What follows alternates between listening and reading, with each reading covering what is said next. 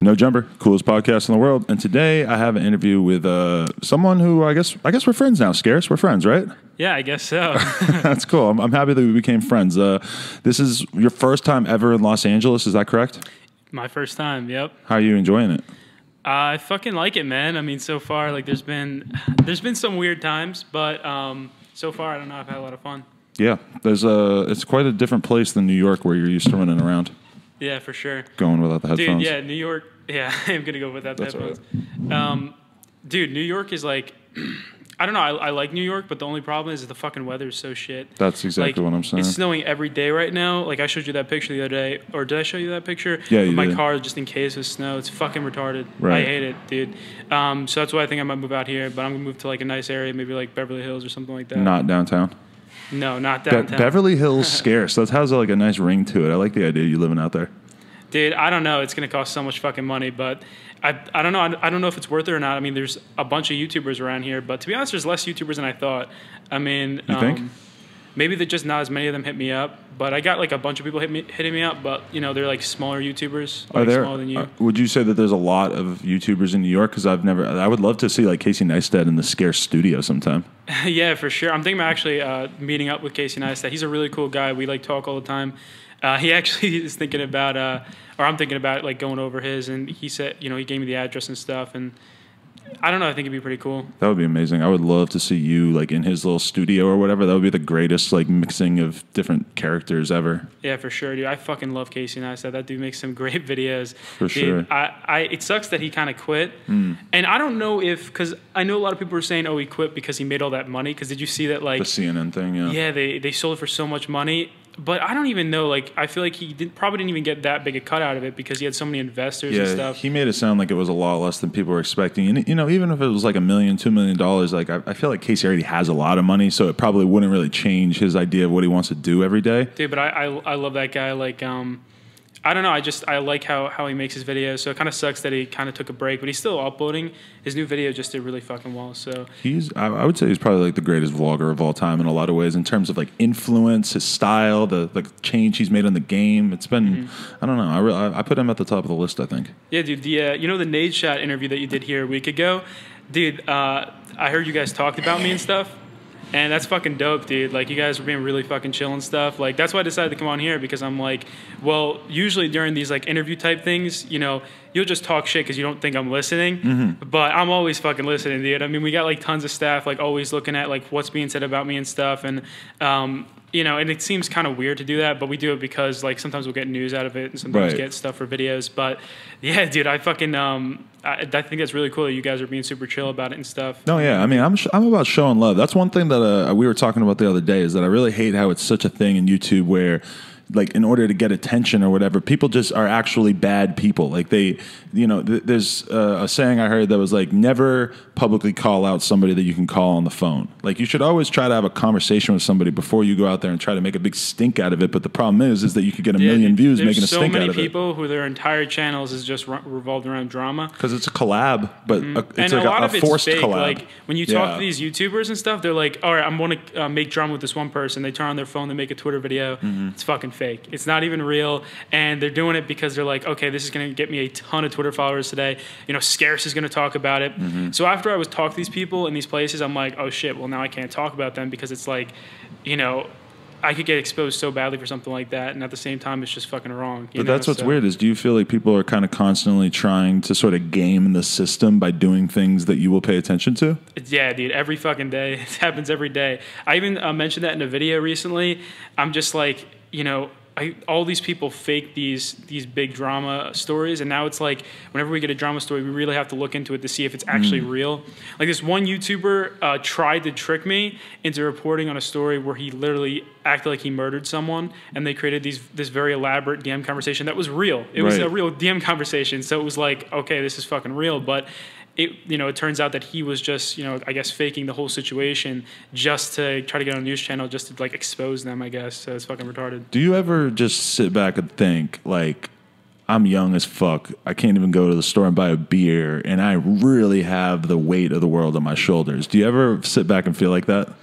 No, dude, and I'll tell you why. It's because, dude, anyone as quickly, if you come up that quickly, you know you can fall that quickly. You know what I mean? Like, if you have a stable job, you got, you know, a fucking degree and shit, you know, and you've always been on the come up, and you're like in your 50s, and you're finally at a very high position in your company, like you're an executive making a fuck ton of money. That's when you can have a huge fucking ego. Right. It's like with this YouTube shit, it's like right now, like I'm not pulling as many views, like nowhere near as many views as I pulled this summer. This summer I was pulling so many views. And what do you blame that on?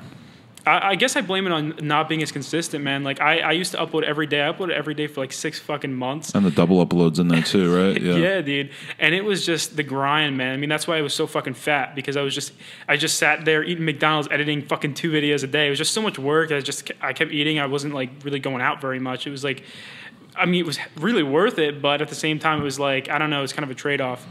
I always have that problem where if I'm working super hard, I start to like reward myself with food, and then I start to look like shit. And it did, exactly.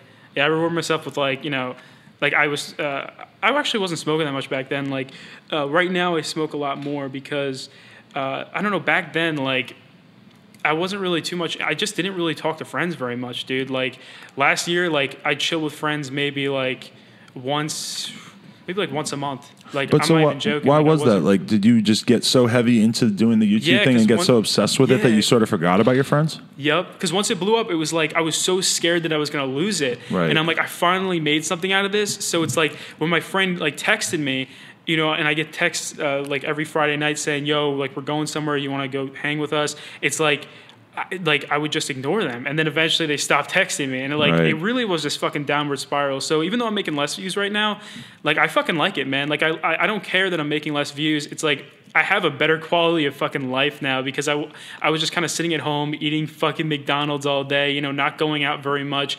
You know, I wasn't even smoking very much because I didn't even want to contact my friend because we were, you know, because I kept ignoring him and he was my dealer. So it's like, shit, like, I don't know. So I want to go back to the young Scarce. Like, what were you like when you were a kid coming up in the game, and how did you discover the internet? Dude, like I started this shit when I was in like middle school, and like you started the channel. Yeah, I started like YouTube. I don't know if it was like 2010 or something like that, but I started this one channel, and it was like me and my friends were kind of like thinking about like making a gaming commentary channel. Like they used to do Call of Duty fucking commentaries, and like Nadeshot was a huge inspiration for me, dude. All those guys were huge inspirations. So you were a gamer, and then you just sort of started to become interested in YouTube because they're so tightly connected? Yeah, exactly. I think that's where a lot of big YouTubers started, like Nadeshot and stuff. It's like everyone starts with, or a lot of the big ones start with gaming because they're so fucking connected. Zoe, you kind of in a way, yeah. Yeah, for sure.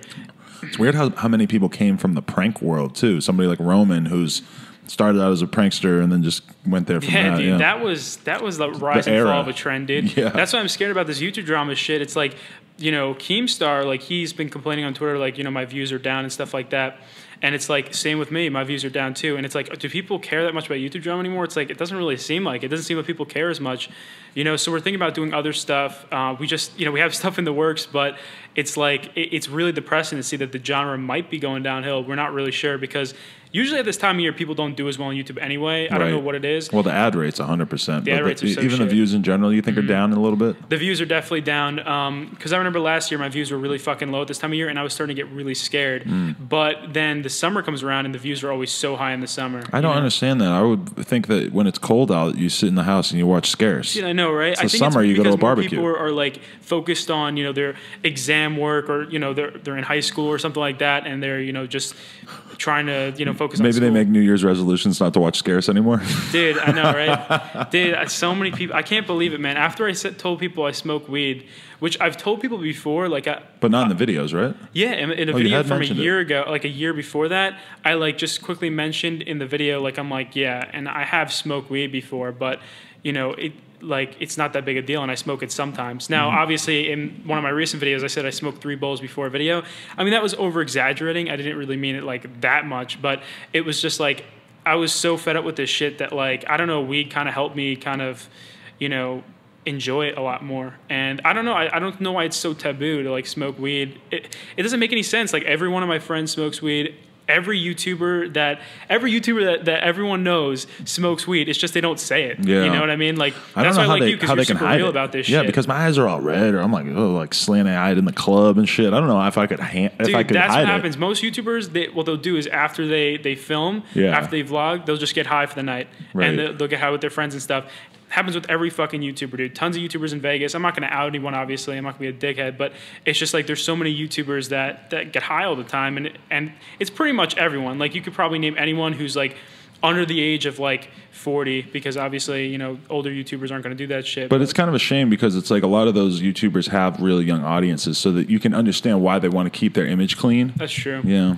But I don't know what the bad part is about weed. I mean, like my friend smoked it in like 8th grade, and he still got great grades. It's just a cultural thing, yeah. Yeah, I think it just depends on the person though, because there's some people like my brother. I love him, but you know, when he smokes a lot of weed, like he does get lazy, like really lazy, and you know, then he goes on to other stuff and goes on to other drugs. But there's some people who will just smoke weed forever. They'll just smoke weed like for their, you know, for years and years. You know, Joe Rogan. You watch his podcast. I love him. He's so smart that he makes me feel like it's totally scary, okay right? to smoke weed. It's like, scary how he there's nothing smokes bad so about much this. weed. Yeah, it's scary how he smokes so much weed, and then like his conversation on his podcast are just so sick. Like, and he goes into some really, you know, I don't know, like out of this world stuff. And he also does a lot of psychedelics too, which doesn't make any sense to me. Like I had, you know, one trip ever in my life. Okay. And trust me guys, I'm not doing it again because I had a fucking bad trip. I like the sounds of this.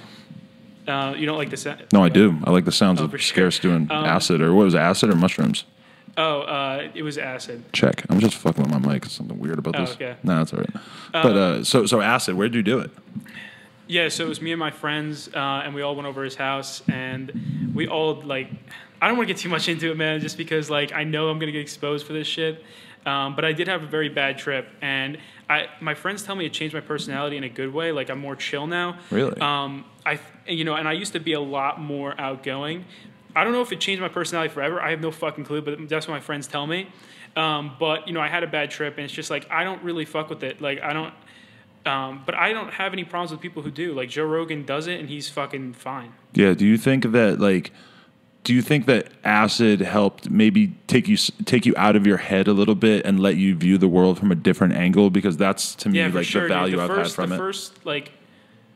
The first hour or so, I felt. Could you just get a little closer to the mic? Sorry. Oh yeah, for sure. You just scoot the chair in if you want. Sorry. Yeah, for sure. It's just like I know that they're going to be like, tell Scarce to sit closer to the mic. Have you ever shown people like this whole place? Yeah, I vlog in here all the time. Dude, because this, oh yeah, for sure. Because for some reason he makes this look crazy, man. Like he makes this look like a really nice studio, but like this place, I mean, like no offense to you, because I know. It's just awesome how you made this look so nice, and like this place is kind of like, you know, like. I don't think it looks that nice. You can see the boxes in half the time when we're filming. Oh really? Yeah, I mean, it's weird because it's like I always knew I wanted to get a different spot. Yeah, you know? I never noticed the boxes there because I never kind of thought of it like that. I never thought it was that big a deal. Yeah. But people are always confused because they just don't watch like the vlogs enough to understand that it's a bike shop with this in the back, you know? Yeah, for sure. It's a weird world. Yeah, it's like you got your own business and shit like that. Like, if YouTube was to go under, do you think you'd still be making good money from the bike shop? Because my origins were that I started like a BMX website and then a BMX clothing company on some shit. That's what I saw from when you first made that video. I'm like, is this guy like a BMX YouTuber? What's going on with him? Yeah, and then I just sort of like branched out at a certain point. I was doing a lot of BMX podcasts, and then I was like, fuck it, you know, I can do interviews with rappers or other kinds of people. Oh my God, fucking cat, get out of here. Scarce with a cat. Dude, I fucking love cats, man. I know, that's true. I feel so fucking horrible about your cat and that story you posted. That was like the saddest thing ever. I know people say it's just a fucking cat, but I mean, it's still like got me really down for a few days. Like, obviously I got over it after like a week or two, but it's just like, you know, that was my cat. That was like my cat. Like we always have family cats, and then like. And you had it since you were a little kid? Yeah, we've had it since it was a kitten. Mm-hmm. I've had it like for quite a long time now. And then like once I got like my first place, I got my first place in like the summer.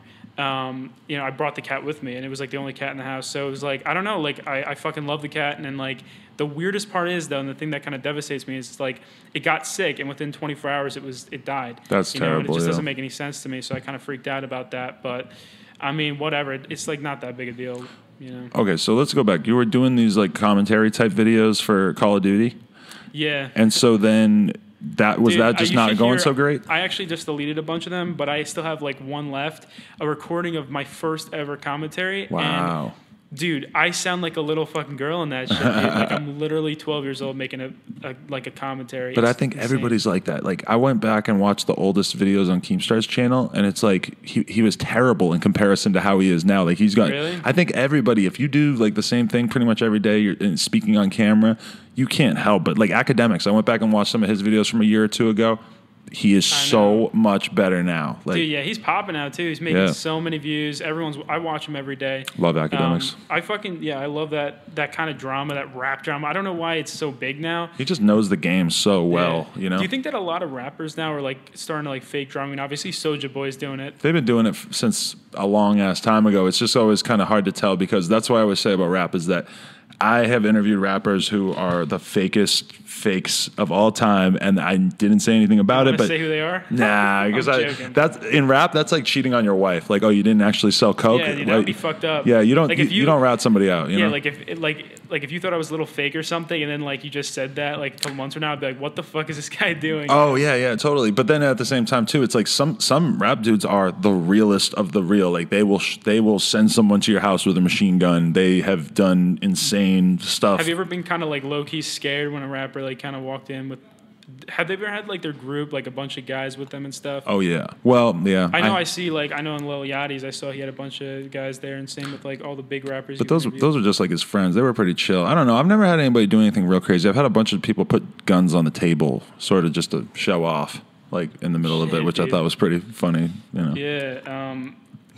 Dude, I still can't believe like I'm on this fucking podcast. Like I'm a huge fan of your channel, and I know it's kind of weird because it's like you might not have a ton of subscribers and stuff, but the weird part is like I'm not really subscribed to any of those big YouTubers. The ones who I talk about a lot, I'm not subscribed to them. I don't know why. I just can't subscribe to them because I always have to talk about them, and it's kind of weird. I don't like watching their videos. So like I'm subscribed to some really strange YouTubers, and I watch them all the fucking time. Like I said, I might have told you this, or I might have told someone else this today, but I'm subscribed to this one YouTuber, and he's an ex-convict. He did 7 years prison. Keemstar? No, but maybe there's a story out of that. Just kidding. Yeah, I got some stories for you. Okay, but this guy's called After Prison Show. He has like a big channel, like over 100,000 subs, and he just started blowing up. Like he really blew up this year. And this dude's an ex-convict, did 7 years for possession of cocaine, and I think he actually was dealing too. I'm not entirely sure, but I don't want to get anything wrong on here because then people are going to say I got a story wrong. He was probably dealing. If he went to jail for 7 years, he was probably dealing it. Yeah, he was dealing it, and but now he kind of got out of that, and he's really trying to bring his life around. He's doing a ton of work, like he's doing a ton of construction work and stuff. So he's really on the grind, and people like to see him grow. So I'm subscribed to a bunch of weird kind of different YouTubers. Like I'm subscribed to you. I love academics videos. I like these type of videos because I'm really into the and I'm a fucking white kid, like the whitest kid ever, right? And I wear like nice clothing and shit, and like I'm not from really that bad an area or anything in New York or anything like that. So you wouldn't think I would be into that type of rap, but I'm really fucking into it. Like I love Migos. Really? Yeah, Takeoff's my favorite dude. Offset's second. Quavo's got to be third. Quavo third. That's a very uncommon I like opinion. all of them. They're all different in their own way. I think just Takeoff's really underrated. And like a lot of people say Quavo is good for the hook. Offset's good for the lyrics, and then I guess Takeoff's good for the flow. But the problem is like, dude, I guess what's his name? Takeoff. He's done so many different hooks for so many different songs. He was there for the new song called Casting. Yep, they're on fire with that, and the T-shirt video is another one that's insane now. That video blew up so Bad quickly. and Bougie, like 125 million views. That's like number one song in the country. You gotta get one of them, man, on this interview. You're very, very in depth with your analysis of the Migos because I think that most people tend to just sort of take them as like one effort, like because they're always together. They always are. I think people the synergy is unreal with them. Yeah, I think people used to do that when they they drop like some big hits like Fight Night and stuff. Right. But I think recently, and Bad and Bougie didn't really blow up until very recently. You know what I mean? Like I feel like people didn't. And the really Donald notice Glover it. moment when he mentioned it on stage at the Golden Globes, that blew it out of the spectrum. Yeah, that was ridiculous, man. Some people were saying he was joking around, but there's no way. Nah, dude. he loves that song. Yeah, you gotta love that song. Okay, who else you like? Migos are big in the John Scarce world. I like Travis Scott. Oh, nice. Pick Up the Phone, dude. Pick Up the Phone is a beautiful song. It is such a good song. Yeah, I like Travis Scott. I like 21 Savage and stuff. Maybe his lyrics aren't amazing or anything like that, but it's like, I don't know. I like a lot of these rappers because I like songs that like fucking pump you up, like just make you want to do work. You know what I mean? And that's the only time I'll ever listen to music, and I do it all the time now because whenever I listen to music, like it's the only thing that's not like cocaine or like something fucking ridiculous where like it can get you pumped up. I mean, I guess Adderall. You ever done cocaine? Cocaine? No. I haven't done cocaine. You ever thought about it? I mean, if you got a dealer, I mean, let's do it right now. Just make sure you that would change. This interview would change so much if we did cocaine right now. You don't even know. Dude, I don't give a fuck. Let's do it. If I had cocaine on me right now, I'd be racking up anaconda lines. I would never ever. And plus, if I ever did try cocaine, I wouldn't want to do it on air. Record that, dude. Dude, I did acid and had my friend vlog me the whole time. Yeah, for sure. I mean, there's people cool. who make those stories about their acid trips and stuff, and those are so interesting. I love watching those. I want to do a vlog that's like the cocaine vlog, but I also feel like that's kind of fucked up to show kids like a bunch of adults doing drugs. Yeah. Dude, what the fuck? Dude, you would get that video taken down so quickly. You think? Yeah, dude. YouTube's not going to allow cocaine vlogs, What if we just don't show the actual like snorting of it, but what if we just like talk about it like as we did it? Okay. You're the master. You know what's going to get taken down and what isn't. You don't. As long as you, with weed, it's like if you actually like smoke weed on video, you can actually get the video age restricted, even if you're in like a legal weed state. But people don't normally report it that much, so I feel like. But I will have a random video get reported. Age restricted, it'll be taken down. I mean, cocaine's such like. Oh, you could have it taken down for just smoking weed. Oh no, for doing cocaine. I'm saying. Oh, for coke, yeah. For smoking weed, you can't get a video taken down, but it will get age restricted. That's why all those big, a Custom Grow 420, all those big weed YouTubers, they don't make shit. The only reason why they make any money is because they'll get like sponsors from weed and stuff, right? And that's how they make their money. And that's why Zoe Berger, she's with me in LA right now. Like she doesn't make that much. I mean, she's gonna make a lot of money soon. She has like these big ideas planned. But she gets demonetized a lot, huh? She gets demonetized. She gets age restricted and stuff. And it's whatever. I mean, I understand. Like fucking Mercedes-Benz don't want to put their ads on like Custom Grow 420s, bong video or whatever. Yeah. I don't know. No, it's understandable. You ever any kind of like sponsorships or any like partnerships or that kind of thing?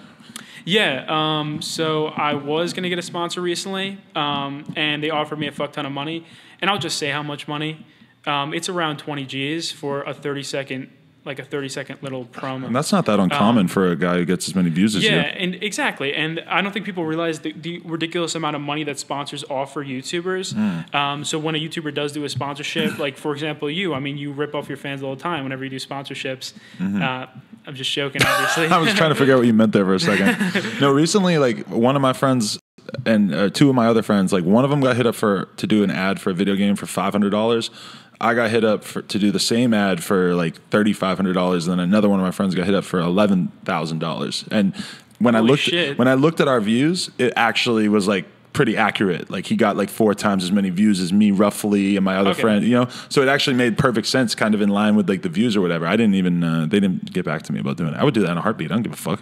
Yeah, I'm selling out. I'm eating out too.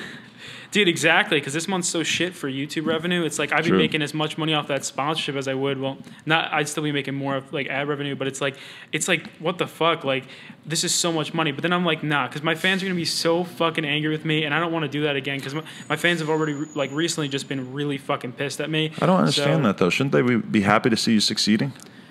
I just think they want me to sit in my room all day and make videos like I used to do. And I think that's what a lot of people want their favorite YouTubers to do. They want them to just be focused on making videos 24/7. They want them to do the same thing that they were doing since the beginning. Oh, yeah, that too. Yeah. Exactly. And that doesn't work. I mean, you got to change it up or else you're going to, get fucking trampled over by all the other new YouTubers. Because I think that when you sort of like got burnt out and decided that you didn't want to do videos for a little bit, and you said you were smoking so much weed, you got fat, all that stuff, that's kind of very similar probably to what Casey was going through when he stopped vlogging, because he sort of like, he got to the point where he was so good at making vlogs, he knew the formula perfectly. It got too repetitive. There's no more challenge.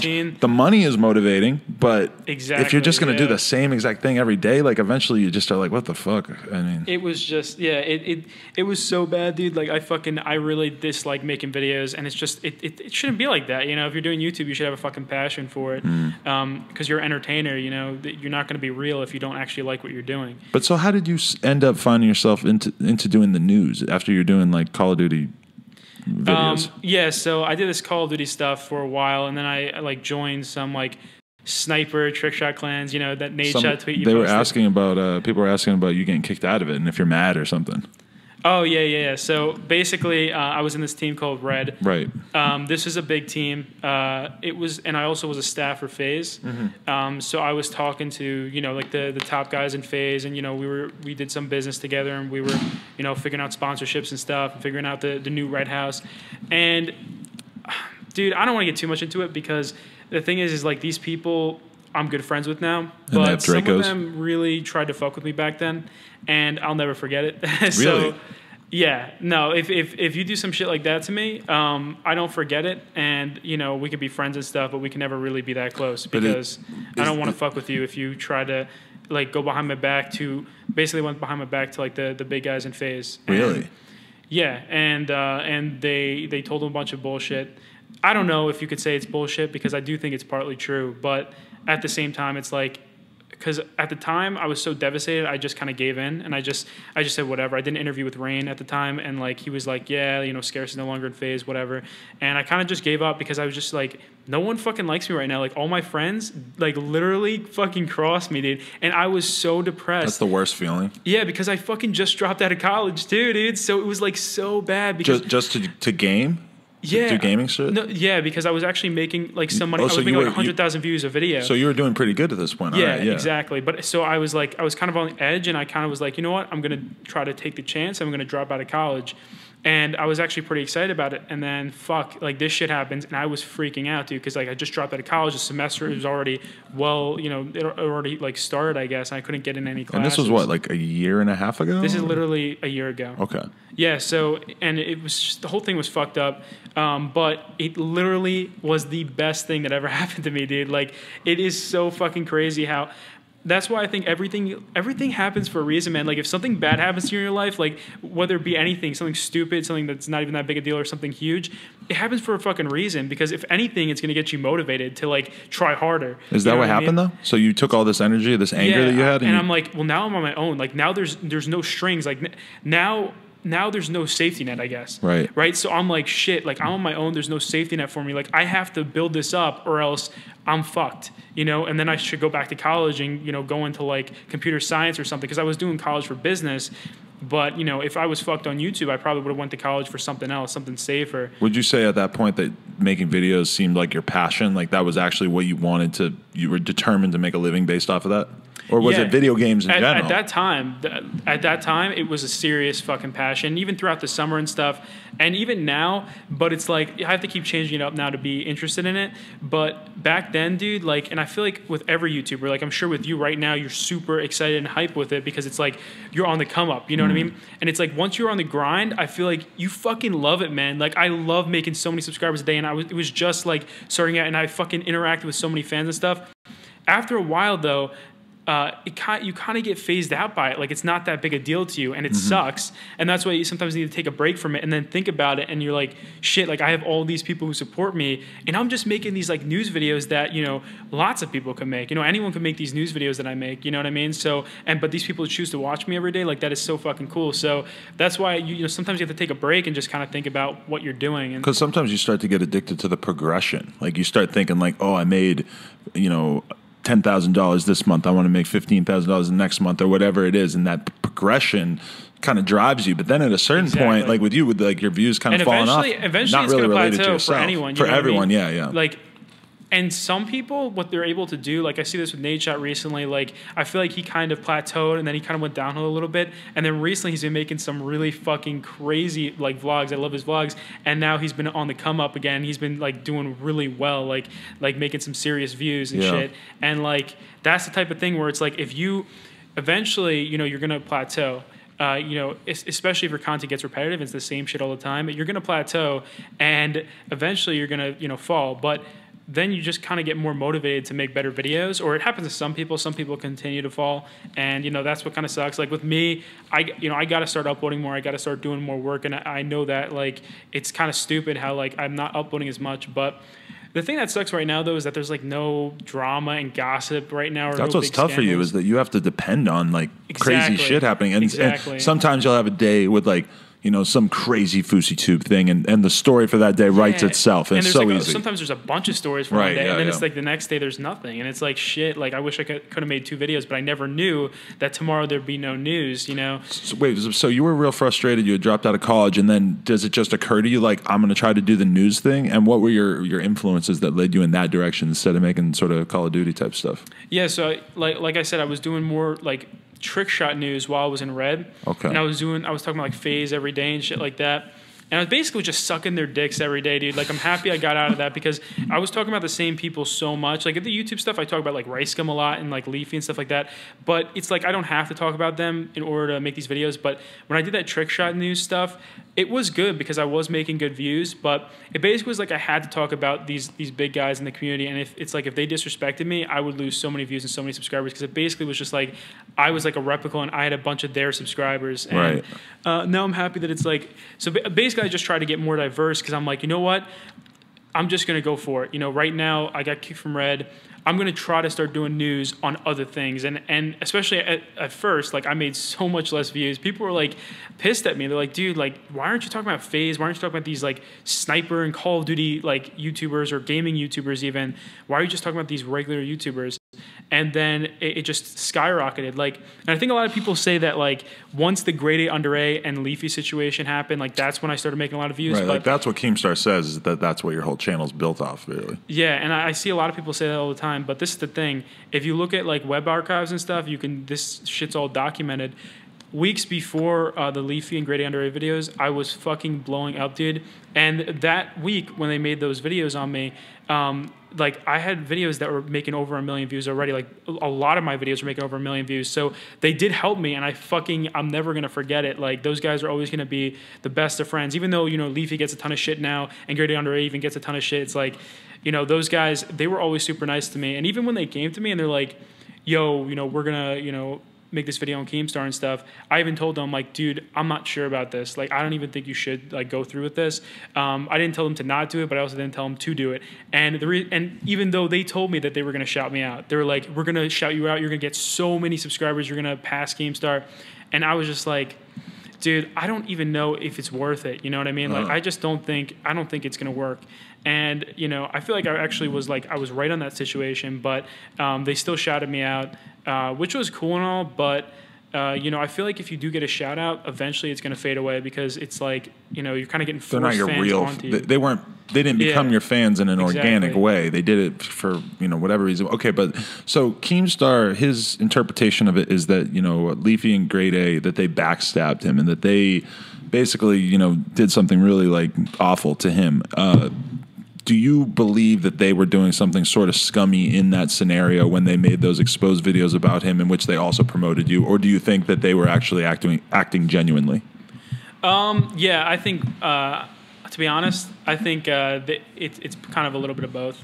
I think that they did do something pretty messed up because I know Keemstar and them were in calls every day. I didn't even know this until like way afterwards, but I mean, these guys were apparently like really, really good friends, and I had no fucking clue for the longest time. But these guys were literally in calls every day, and while this whole situation was happening, I was talking to Keemstar a lot too and stuff, and all of them, and I don't know, like, it's weird because you hear so many different sides to every story. Like, if you were in a call with, Leafy and Grade, it's like they're going to tell you one thing. Right. You're in a call with Keemstar, he's going to tell you one thing. So it's hard to kind of pick and choose who's telling the truth in the situation.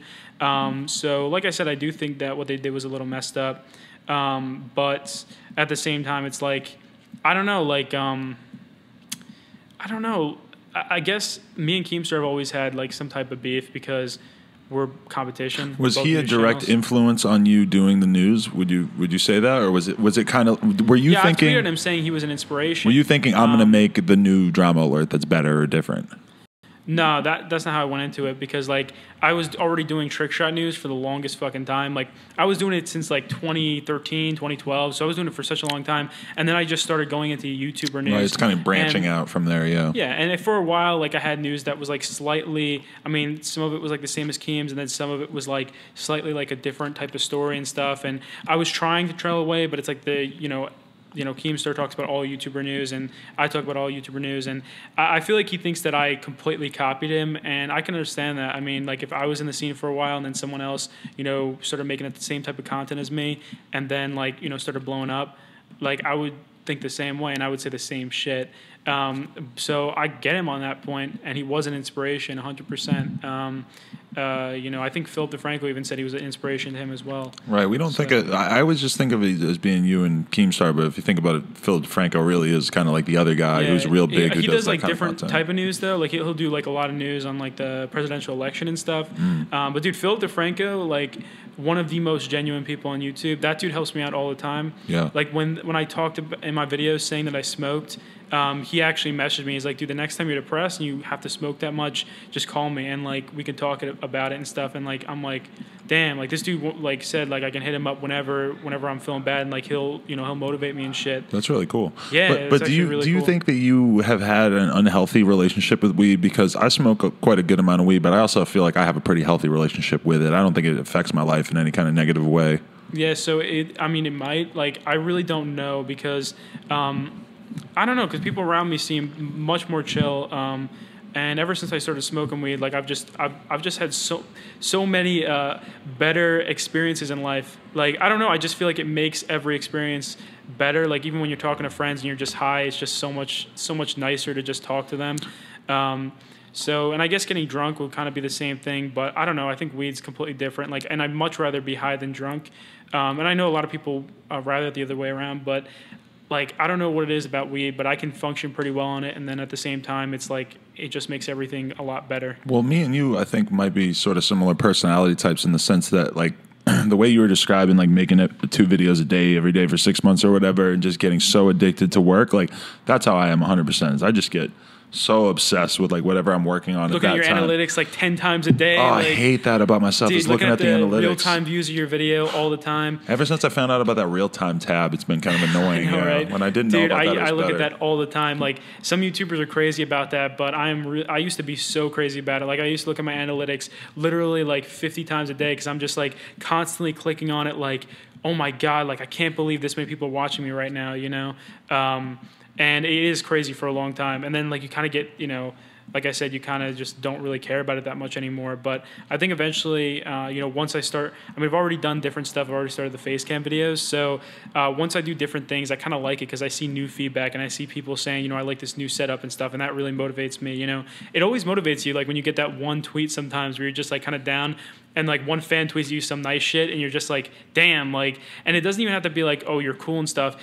It's like they pick out something that like you really tried on and they really appreciated that and you're like, fuck yeah. But like, you switched to filming your face when iDubbbz, was it iDubbbz who made a video? Or yeah, he made a video and in the middle of the video, he's like, you can subscribe to Scarce when his content gets better. Right. And, after hearing that, I'm like, shit, like, because I kind of reevaluated all my videos and I'm like, this is lower quality than the rest of the YouTube scene, you know what I mean?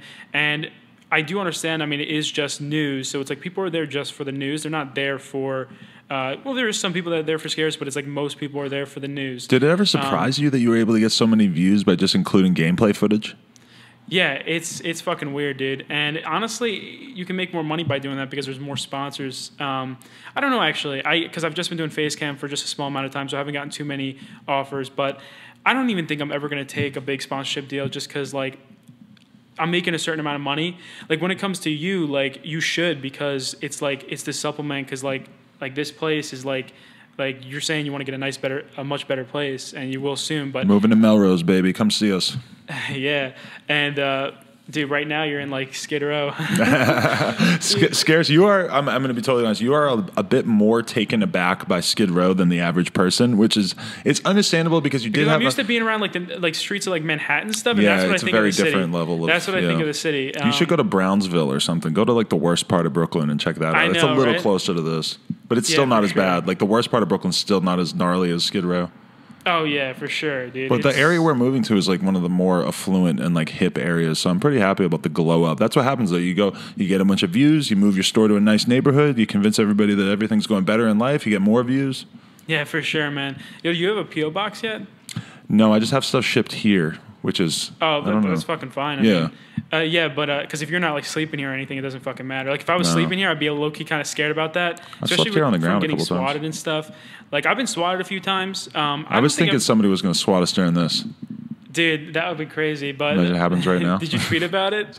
You would have to. Yeah, I did tweet about it, and I saw some. Dude, you got all those hackers on you right now. Dude. I saw some lights outside, and I was just thinking for a second. I'm like, no way, they're not. I mean, that'd be some crazy footage, but that'd be a good story for Scarce. Dude, the problem with swatting, like I've been swatted a few times, and it's like it's not even that big a deal. Like people kind of blow it up to be this big thing of being swatted and stuff. What happens is the police come to your house. And obviously, the swatter or whoever, the hacker, tells the police that you had a fucking AK-47, you're on the roof shooting it. Because if they say some shit like that, then they're going to have to bring a helicopter. Or at least that's what they told me they were going to bring a helicopter.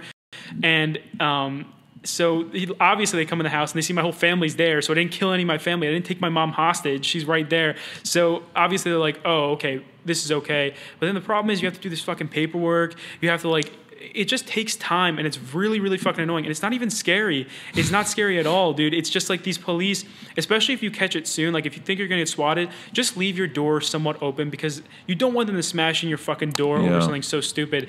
But the problem is like they have to respond no matter what. So even though the police in my area know about me and they're like, yeah, this dude gets swatted a lot, they still have to respond because legally, I don't know, they have to change up the laws. They have to, vet the prank calls more, and they should make it so like you kind of need to have some type of caller ID to be able to call up someone, because that doesn't make any sense. Why would you not have a caller ID when you're calling up the authorities?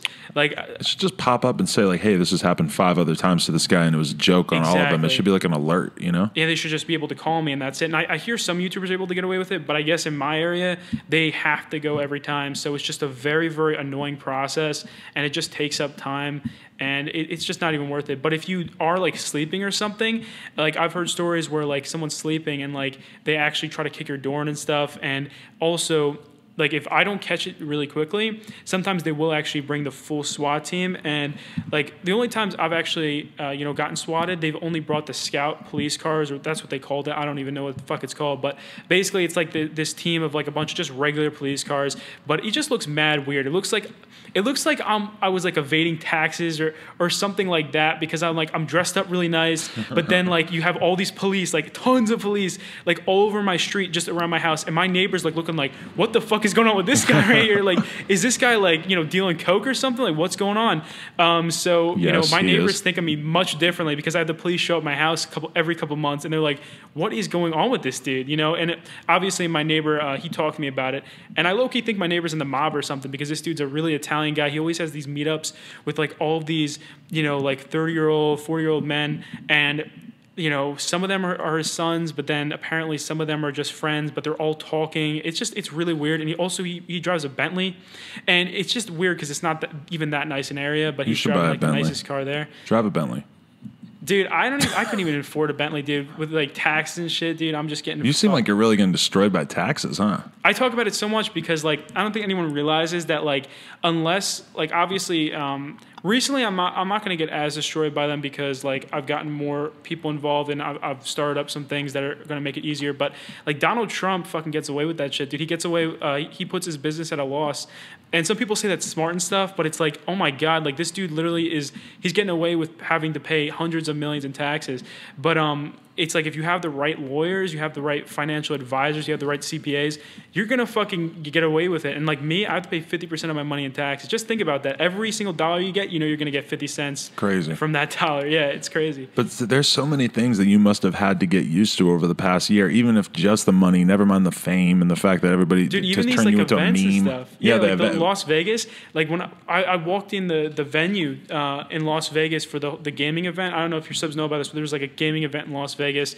And not even that many of my subs are gamers anymore, but I guess it's a good chunk of them. But it's definitely like, the gamers know about you. Yeah, for sure. And so I walked in there, and like I just had this crowd around me of people just wanting to take pictures of me. I'm like, what the fuck? Like, what happened in my life that made it come to this point? But is that new for you for the most part? Like that doesn't happen to you around New York or in your everyday life? You never have that? In the mall. I get a lot of people in the mall. That's like a very big place where you get a lot of people. And if you step into GameStop, I mean, shit. Just young people in general. Like, like Best Buy or any technology store. There are certain rap shows. Like if I go to a Suicide Boys show, that's like one of the biggest interviews I've ever done. Yeah, you probably get tons of fucking feel like I'm a fucking rock star when I'm there. Exactly. But then I could walk one block down the street and I'm a normal ass guy, you know? Dude, that should say something about my fan base. It's like if I go into like a nice suburban mall, then I have all my fans there. You know what I mean? Too, it's like if I were to go to like Skid Row, who the fuck am I going to see there? You know, but if like it's just one the of young these rappers people. go to Skid Row, I'm sure you go to the mall, tons of young people. Like you go to the mall, like for me, like being 33, I go to the mall, I'm like, I'm the oldest person in here, unless there's like an old lady walking for like exercise or something. There's just so many young people, and young people just know everything about YouTube. I know, and that's the thing. In like a decade from now, like this shit's gonna be so mainstream, dude. Like TV is dying so quickly. Like everyone wants their shows on Netflix now. Everyone wants their shows on these online things because, you know, TV, dude, that shit is a dying industry. And I see a lot of these YouTubers, like low key, they're doing these TV shows, and there's YouTubers that I really like. And honestly, it's cool because they're making good money from it and stuff like that. But I don't know. I don't know if it's good to like go from YouTube to TV. I feel like you should just stay on YouTube forever. Yeah, you know? Like Casey Neistat, for instance, always talks about the fact that he had a TV show and then he loves doing YouTube way more because he has more control, more of a direct connection. That's the best part, dude. Like, imagine being bossed around by like an NBC by fucking like tons of executives every day. Like you had this crazy idea that you knew was going to do so well for your demographic, and you know your show more than anyone. You're the fucking producer, but these executives are telling you, nah, that's not family friendly, or no, we want to take it in a different direction, and you can't do shit because you don't have any other way to promote yourself. Now with YouTube, it's like you see all these up and coming YouTubers that honestly they be like not half bad actors, but it's like because they have YouTube, they're able to take control of it and they're able to like I guess take advantage of their talents, you know, and that's why YouTube's getting so big. It's the second biggest site now when it comes to traffic, I think, under Google. I got offered, well, I interviewed at one point and I thought I was going to get this job being basically like a host for a show on like a really big network, basically. There were like a few different hosts and I thought it was going to become one of them. Or? I never even got to the point of figuring out how much it was going to pay, but then, you know, I didn't get it. It happened. And then I got to watch it happening because I like knew some people that were involved with it and stuff, and just hearing them talk about what it was like. I'm so happy I didn't get that job. Yeah, they were like, you know, it's like 10-hour days of like trying to come up with ideas and trying to convince people that your ideas are good. When you're motivated, you can do it, and if you're not motivated, you don't have to. Right. And that's the best part about it. It's like the flexibility is the best, and I feel like that's going to be with like most jobs. Yeah. It's going to be like most jobs are going to be like Uber, where it's like you can just pick up the app and you can just drive around and drive people around. Like there's one Uber driver in Los Angeles that I was just with was telling me, he's like, yo, I've been doing this shit since 4 a.m. today. It's like, it's literally been almost 24 fucking hours, and this dude was just killing it. And he's like, yeah, dude, I've made like fucking, what was it, $800 today. And I'm like, holy shit, just off doing fucking Uber. But I respect that because that's the kind of job, if I wasn't doing YouTube, dude, that's the kind of thing I would need because I need to be motivated by how much work I'm putting in, you know? I do think Uber's kind of fucked because sometimes they take too much money and stuff. But I feel like that's like kind of the future where it's like, you know, there's going to be, people are going to have more of a say for their hours. And it's already kind of becoming that way, like with even like corporate jobs and stuff. You know, people are able to get more, you know, sick days and stuff like that. But I don't know. I feel like eventually people are just going to get to do what they want to do, you know, when they want to do it. Was that always a big goal for you with YouTube? Was you just wanted to be completely independent and not have to answer to anybody? Dude, exactly. Like, school, I suck at school so much because I don't even think it's really geared towards a lot of people. School, I feel like it's geared towards people who want to be, and no hate to anyone there. Trust me, I'm going back to college like within the next couple of years. But are you really? Why? Just because I don't know. I want a degree. I don't know why, but I feel like if I'm just waiting for me to be really free and for me to be doing really well at like YouTube and stuff, and maybe even eventually, you know, just have a bunch of people who, you know, are in like a big organization who make videos and, you know, make videos maybe for like a channel that I own or something like that. I don't know. There's so many ideas that we have, but we usually don't follow through with a lot of them. But because you have such a good thing going that there's a lot of things you could do. Like you could have different hosts, so then all of a sudden it's way less work for you, and then you're just the guy who owns it or whatever. But are you sure that people are going to actually, you know, you have to find the right guy and stuff. I noticed you just starting to mess around with trying out a replacement. I just tried this one guy named Bird News. But the thing is with Bird News is, like, it wasn't just some random guy pulled off the street. He's a good friend of yours. Not only that, but this dude has been the top of, like, helping me out with news and stuff. Like, I pay this dude every month. Dude actually, I'm not going to say where he lives because I don't want to, you know, I don't think he wants people to know that. But because it's a weird accent. I couldn't figure out what it was. Yeah, he has a very thick accent. He lives in a country that's, like, not the greatest and stuff, and he freaking, dude, he's making so much money for living there. Like, this dude's balling out now because you know, I'm paying him and stuff, and he's making good money because you know, it's like all he has to do is really, look through Twitter every day. But he does do a ton of fucking work, and this dude's been doing a ton of work for me for a long time. And I'm like, dude, you fucking deserve this. Like, just send me your video right now. I can't make a video, but there is a lot of news, and you fucking need to, get these subs. And he's been like messaging me all night. This dude's like super happy about it. And dude, like, if you knew this guy, he is the coolest guy. He is super fucking chill. And I don't know, like, you don't see a lot of people like that who you can talk to a lot, and then they don't like want to expose you if you tell them too much. Because I tell this guy a lot, and it's like, this dude, he's super loyal, would never say shit. You feel like a lot of people are really like snaky in the sort of community that you're working in particular? Oh yeah, dude. Everyone wants to expose you. Like, if I'm in like a Skype call with another big YouTuber that I don't really talk to that much, every now and then, if it's a really controversial situation, I'll click the record button. Right. Now, obviously, I delete it afterwards. I don't keep that shit. But it's like, shit, dude. Like, this guy is probably going to record me. He's going to take my words out of context because this is some big drama situation right now, and he's involved in all this controversy. And usually it's this YouTuber sucking my dick saying, like, yo, can you please say it like in this way and make me sound better? And it's like, shit, like, dude, I'm scared that this guy is going to try to like take a soundbite of us talking, make me look really bad. So that's why sometimes I'll record it in the background. Like the Baited podcast, I don't think a lot of people know this, but I recorded a Baited podcast with like Keemstar and all them. I don't know how many people know what the podcast is. Basically like a YouTuber's kind of podcast thing where they talk about YouTube drama and stuff. We did the Baited podcast. At the end of it, we weren't able to upload it. I don't know if Keemstar, like, he didn't want to send the audio or something like that. It was just, I don't know, Colossal was like, he was like, either way is fine. I was like, either way is fine. Keemstar was like, I don't really want to do it. Why did he want to put it up? If I said I wanted to put it up, they would have put it up. But the thing is like, me and Keemstar got into a lot of fights during that podcast, and it's like, we didn't really, because me and Keemstar have been in like a lot of beef before. I mean, we're always in beef, but it's like when we get in beef, I feel like it's so much because we're in the same genre and we can, that's basically what the news is. Very aggressive. Talking about that type of drama. Yeah, he's aggressive. Recently he's been nicer. We did have a ton of drama in the past, like last year around this time. Oh my God, the drama with me and him was just incredible. Fuck, like it was really fucking bad, but it's gotten much better. And during the Beta podcast, I recorded the whole thing, so I have the whole thing. Even though I guess they don't think that I have the recording of, because Keemstar never sent in his audio, and that's why it wasn't able to get posted. So you don't have his audio, or you do because you could hear it? I have all the audio for the whole thing. But and is that something that if you put it out, it would be controversial? I never put it out, but I put it out if he said something that was wrong about it, what I mean? That's what I do with, like, if there's ever a big drama, like I said, if there's ever a big drama situation, a YouTuber's coming to me basically suck my dick to get them to say something.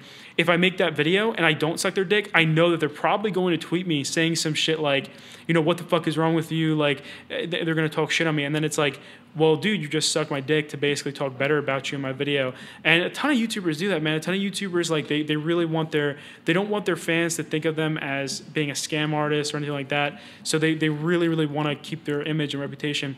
I honestly don't think it's like that big a deal. Like, if you get exposed once, just don't do it again. Whatever, like, there's a lot of YouTubers that get exposed for scamming and stuff, and it's like, yeah, you're gonna get exposed. People are gonna fucking hate you because what you did was shitty. But if you keep going and you just, don't fucking be a crybaby about doing something wrong, you're gonna continue making good views and stuff. Even like Leafy, he's still making good views. And I feel like the whole community was against him at one point. Same with Keemstar, he's making some really good views, and I feel like the whole community was against him at one point. At one point, it was bad for Keemstar. That was crazy. Yeah, exactly. That moment where everybody just seemed like watching his subscribers go down like crazy, and you could tell it really fucked with him as a person too. I actually started feeling bad for him because he was like calling me through this stuff, and he was telling me, he's like, I don't know how much I want to say about this, but he was telling me like there were some hackers on him and stuff like that. And I was like, shit, like, this dude has hackers on him. He has all these people hating on him at the same time. And, I don't want to fucking, suck Keemstar's dick or something, but I actually felt bad for him at the time. Like, I felt like shit, like, this dude's, if I was in his shoes, like, I would just quit all this shit right now. See, that's what's kind of weird for you is that you seem like a pretty, like, sensitive guy. Like, you're actually, you're aware of other people's feelings. You don't want to hurt anybody's feelings. Yeah, exactly. And you know what? A lot of people talk shit on me. Like, people talk shit on me every fucking day. Like, big YouTubers talk shit on me every day. But I just fucking ignore it. I've never really taken that shit too seriously. Online shit is such bullshit, man. Like, if it's in real life, then yeah, I get kind of nervous and stuff because I'm like, shit, like, if I hang out with these friends again, this guy is here, it's like, it's going to kind of suck. It's just going to be a sucky time. But with YouTubers and online, it's like, you don't have to interact with them, so who gives a shit? You know what I mean? Like, yeah. I don't really care. Like, And that's the problem with YouTube drama is it's kind of like a lot of it really doesn't end up mattering. It's like a lot of the time these YouTubers, they get in a ton of drama and then like a couple days later they make up and they're fine. Or if you see someone who you've been in drama with in real life, almost 100% of the time, like in Vegas, I saw a bunch of YouTubers I had so much beef with.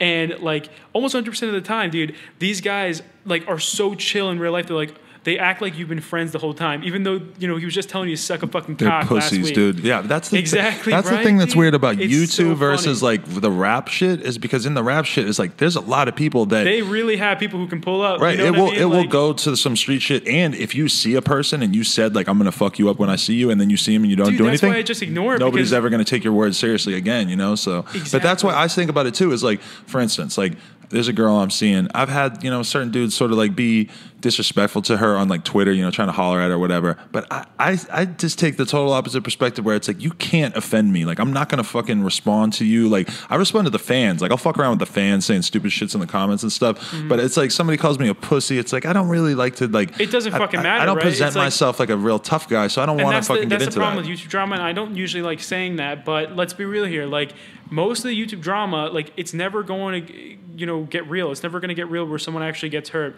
And I think that's good at the same time where it's like, it's more family.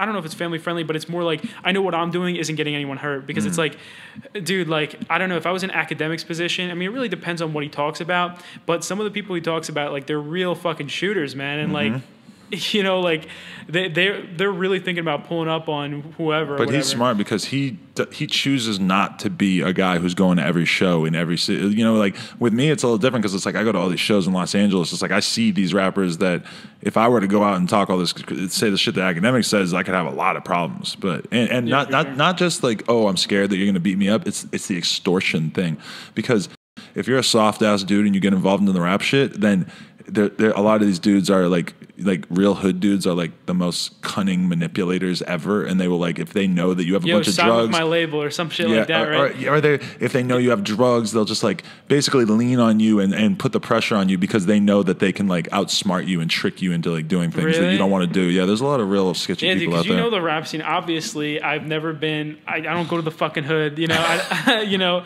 Well, I guess right now, but you know. No, but the extortion, that's the crazy shit. It's like modern day mob shit, especially if they know something about you that you don't want the world to know. Really? You consider it like the modern day mob right now? Like, not like the modern day mob, but it's just that like certain dudes like will just try to fuck you over in weird ways that you have to like, but that's the weird thing for you. You've had to learn so much in such a short period of time. Like you're talking about lawyers and CPAs and all this. Like you having a staff. You didn't know anything about that a year or two ago, right? Oh, yeah. I didn't know shit, dude. And you have to learn it so quickly or else you're going to get fucked over by everything. You're going to get fucked over by, like you said, with the rap scene. It's the same with my scene, but obviously it's much gentler, you know. But it's like with my scene, it's like you get tons of networks contacting you saying, yo, sign this contract. And I'm so happy. Well, I went with Full Screen and I signed a contract for them, and I'm happy I actually did that because they've been actually really nice to me. And like I know so many other people who signed these contracts early on, even if it wasn't with a network, if it was with like some sponsorship or I don't fucking know, but basically they get fucked over big time for the rest of their YouTube career. And it's like I never signed any like long-term contracts except for my network. I always kind of stayed away from that, and that's because a lot of people try to take advantage of you on the come up because they know that you don't know as much yet. Yeah, you know. Bingo. Exactly. Have you ever had anyone like take advantage of you and shit over this new jumper stuff? Not really. I've had people try to like kind of act tough to me or whatever. And my attitude about that is like if I gotta die because I said no to interviewing somebody, I'm ready to go. Come and shoot me. Come with the Draco. I don't give a fuck. I'm not going to do some pussy ass shit just because I don't want to fucking have to deal with a hood situation. Like, dude, why is whenever I hear a situation like that, I think, oh, you can get some good vlog footage out of that or something like that. Dude, that is so fucked up. But I know all these vloggers think the same fucking way where they're like, even if it's a bad situation, they're like, you can make the best out of it by filming it. Yeah, exactly. I mean, obviously I wouldn't film someone shooting at me, but I'm just saying like if some crazy shit happened in my life, like, and I film that, you're going to make a lot of views no matter what nowadays. The most iconic usage of that is that one time the Game was getting in a fight with, I believe, this rapper 40 Glock, and he was basically punching him in the face and holding the camera with the other hand, filming it as he was beating his ass, and then he actually got sued for it, I believe. Oh, yeah. Well, I don't know why you would do something like that, but at the same time, it's like, I'm not in their scene. Yeah. You know, and I feel like if you do that, it's kind of like, you're kind of telling everyone, like, I don't give a fuck, you know? And if you have two hands, if you're willing to use one of them to film and only fight with the other one, I have nothing but respect for you. Yeah, I just tried to do a vlog, like, today. And you tried to do one? I did one for the beginning of my video just to introduce I the, saw the that. new guy. Yeah. And I'm just like, and I'm just doing this, and I'm like, this just feels so weird. And also, it's like, I don't know, like, whenever I'm being recorded, and I think we did a vlog recently, and like a lot of people were calling me awkward. People were saying this dude has fucking like Asperger's and shit in the comments. And it's like, I fucking understand what they're saying, because it's like, whenever I see a camera, dude, I get so camera shy. And at the same time, I was a little high at the time, so it was like, I was camera shy, I was high.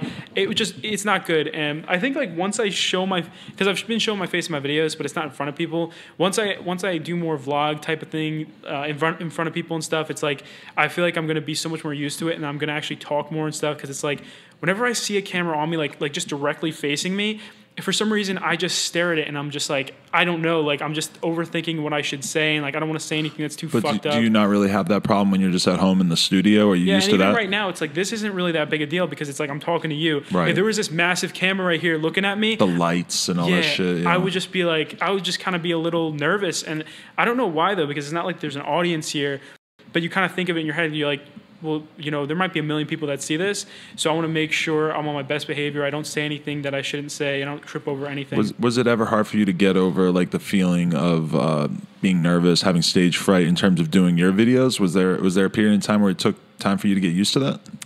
Yeah, for sure. Like in my first ever commentary, I was saying like every single fucking second. Is a big one, yeah. Yeah, and I was so scared. And I just, you feel weird. You feel weird doing this shit. Like it's just weird. Like there's no one sitting there, but like we know that like a million people are gonna watch. But then once you get used to it, you start to feel like why was I ever nervous about talking to the camera? It's nothing. I'm just it's like I'm talking to my friend, you know? It's but you just feel so weird at first. You feel so awkward when you see that camera pointing at you, and you're just like, I'm just talking to a fucking camera right now. This is so, like, if someone walks in, they're gonna think I'm fucking crazy. That's the first big barrier that for anybody who tries to get into YouTube. And it's weird because I would say, like, now I feel like I can talk into the camera, and it's like I'm talking to my buddy, you know? It's like, and I got used to it through this, and then it still was hard for me to get used to like vlogging. Oh, really? Yeah, it was, because this is different, because like you're right, I'm not thinking about that camera at all. Yeah, because like I'm thinking about vlogging soon, and it's like, dude, it is such a transition, dude. Like whenever I fucking take out the camera, I'm just like so camera shy. But when I do those news videos and I'm just like have the camera there and I'm just talking to it sitting down,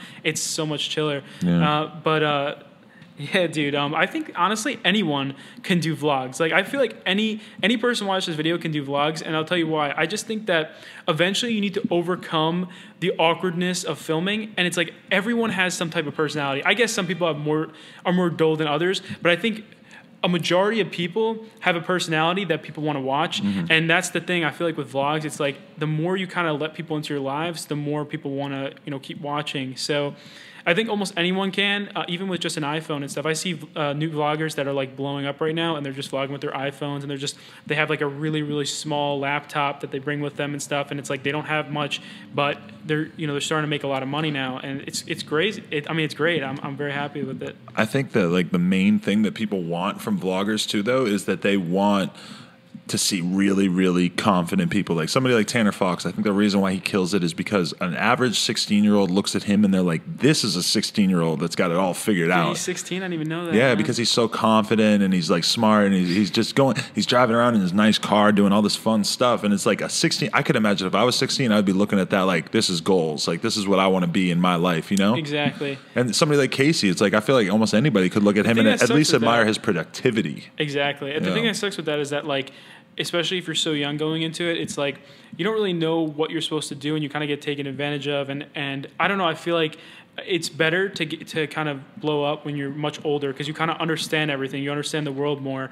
And it's, sometimes a lot of these kids will miss the opportunity, and they'll maybe stop uploading, won't care as much about their YouTube shit. That's what I was thinking when you were talking. I was like, man, I wish you could see how fucking weird and awkward I was at 19. Like if I had to make a YouTube video every day when I was 19, it would have been bad. Like I do consider myself real lucky that I was like kind of in my late 20s or early 30s before I really started making videos, because I had time to like sort of learn how to behave privately, I guess. Yeah, exactly, dude. Like it's weird talking to all these business people, and it's just it's definitely a different situation. Honestly, I'm not gonna lie, I feel like I can talk to adults much better than people my age. I don't know why, but maybe it's because I've been talking to them so much recently. Because this is the thing, I get a lot of threats for like cease and desist letters and stuff from YouTubers for the news that I report. And that's the whole side of it that people don't see with you.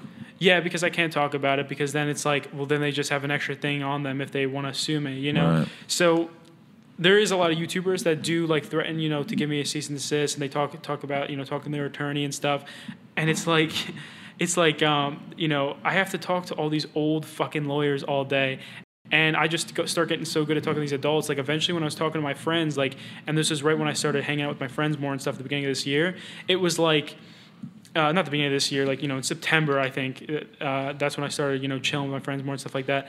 And, dude, it was like, they were like, what the fuck are you talking about? Like, I'm talking about all this, like, business stuff. And they just started, like, not understanding what I was saying. Then I kind of had to, and I don't really like it. I don't like, talking to all these, like, executives and stuff. It's just, it's so boring and like it's just annoying and stuff. Well, but you have to do it. I guess. You hear the phrase, "It's lonely at the top." Like you hear that all the time. But yeah, exactly. I mean, it's definitely true for you because everyone's either sucking your dick to get promotion, or they're just like, or they're yeah, exactly. An average kid your age, everyone's just sucking your dick. To average get dude your age.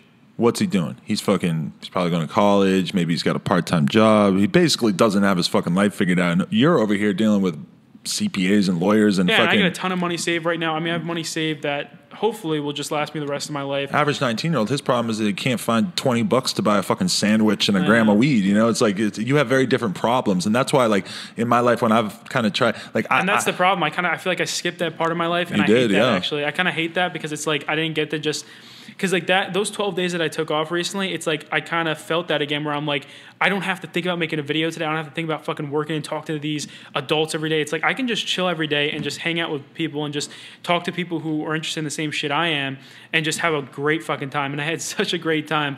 And that's the problem. It's like you're so young, you have to do this stuff every day, but all your peers are out there having fun and partying and stuff. And making mistakes and fucking around and doing stupid shit. But meanwhile, you have already have something where you have such a big audience. But you don't want to lose it though, you know? So that's the problem. But I mean, people are saying this is fucking first world problems right now. I'm sure there's plenty of people who... Still problems. You're in the first world. You got to deal with it, Yeah, exactly. But, yeah, I mean, for sure. But I just feel like I can talk to adults so much better than kids. It's really weird. And it's weird how I kind of skipped that part in my life. So now it's like I talk to people much differently than like any average 19-year-old would. But it doesn't fucking matter. Like I don't really care if it seems weird and stuff. It's like I'll figure it out eventually. That's what I tell myself all the time, just to like calm myself down if I'm like really anxious about like YouTube and shit. I'm just like I'll figure it out. I've always figured everything out, and I think everyone should say that if you're like really depressed or something. It's hard for some people to say. I mean, some people have some serious depression, but you just say to yourself, you'll figure it out because you know yourself. You know that you're good enough, to get motivated enough and to really kill it. I just think, honestly, I think YouTube's all about fucking confidence, man. Like, if you're really fucking confident on YouTube, you're going to blow up because the more confident you are and the more confident you are, like, in your videos and you show it, even if you are making 33 views, you can still be confident as fuck in your videos. And people like that. People are attracted to that. It's confidence, but it's also likability, which is the thing that a lot of people have a hard time with, is that at the end of the day, some people just like them and some people don't. Like being a politician, like you look at Ted Cruz, you're like, you're gross, you're ugly, I don't like you, You look at, I can't even think of a politician that I like right now, but it's some people are likable and some people aren't. And it's kind of the weird thing about YouTube is that it really favors people who are young and energetic, and that's what's cool, I guess. I think, in my opinion, is that YouTube keeps getting more and more diverse, and now you have like old people with popular channels and like 5-year-old kids and shit like that. Exactly, that 5-year-old kid is like making the most views at any YouTuber right now. There was actually a cool interview that Phil DeFranco did with his parents, where they sort of explained like how the whole thing happened. Yeah, I think we just talked about that today. Yeah. And dude, that was pretty cool. It's ridiculous how this 5-year-old kid is, and effectively he's the one, the actor in the whole thing, and he's making, I don't know if it's like $50 million a year or something like that, but it's got to be some ridiculous amount of money. Mind-blowing. PewDiePie's doing really well again too. Like I feel like when he was doing all those gaming videos, those Facecam videos, he kind of was falling off, and then it was like, damn, like he fucking killed it recently. I'm always amazed by how many different things he does, and it just seems like he's his able views to bounce recently around. Have been so like every video making 6 million views, like.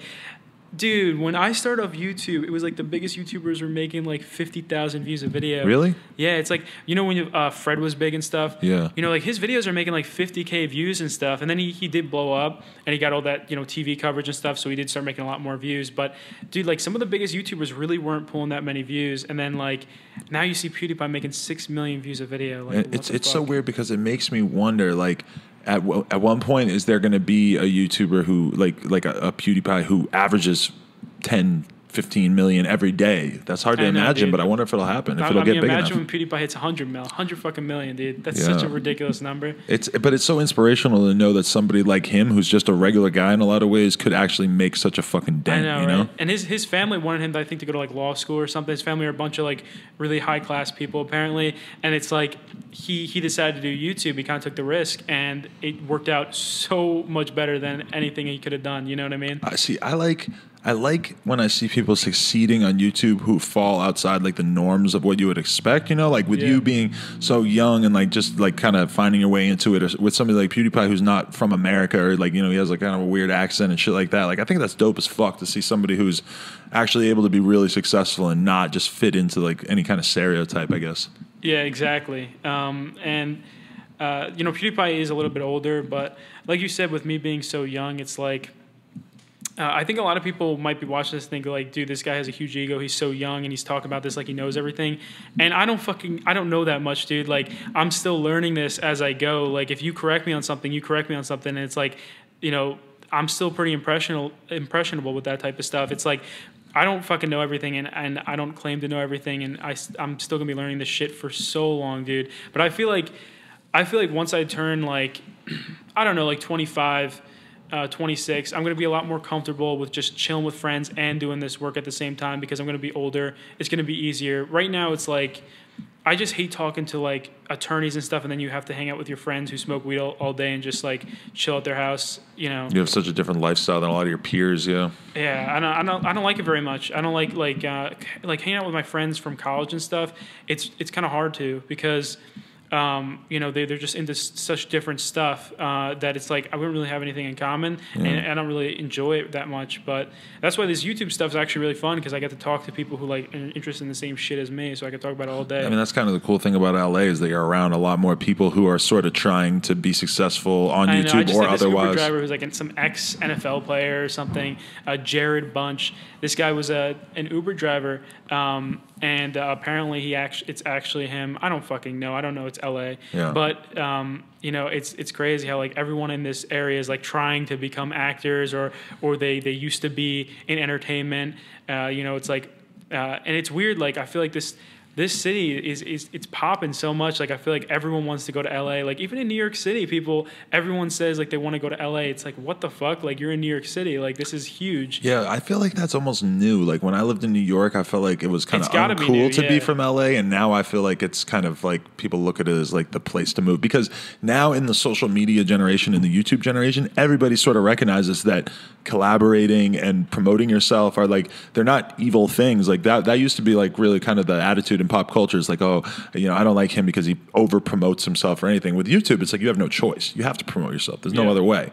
And so that's why I feel like LA is kind of like, it's always been the most opportunistic place where people are just kind of using each other to advance and everything. But now I think we live in a world where people look at sort of like taking advantage of each other as like a good normal thing, which is sort of a strange change. Yeah, it is, definitely. Especially with like everyone trying to be actors and stuff, people are definitely taking advantage of. And the thing is with YouTube, it's like with me and you, like this interview is a trade-off. It's like I'm going to get subs from it, you're going to get subs from it. It's like usually with YouTubers, it's like everything you do with them is just a trade-off. You're both getting like subs, you're both helping each other out. Like I feel like the more you hang out with YouTubers, the more you learn about the scene too. And that's what I've learned. That's why I want to hang out with more YouTubers all the time now, because it's like you hear their stories and you hear their mistakes, and then it's like, I know I'm not going to fucking do that. I know I'd never do something like that now that he told me, and I'm so happy that I was told that.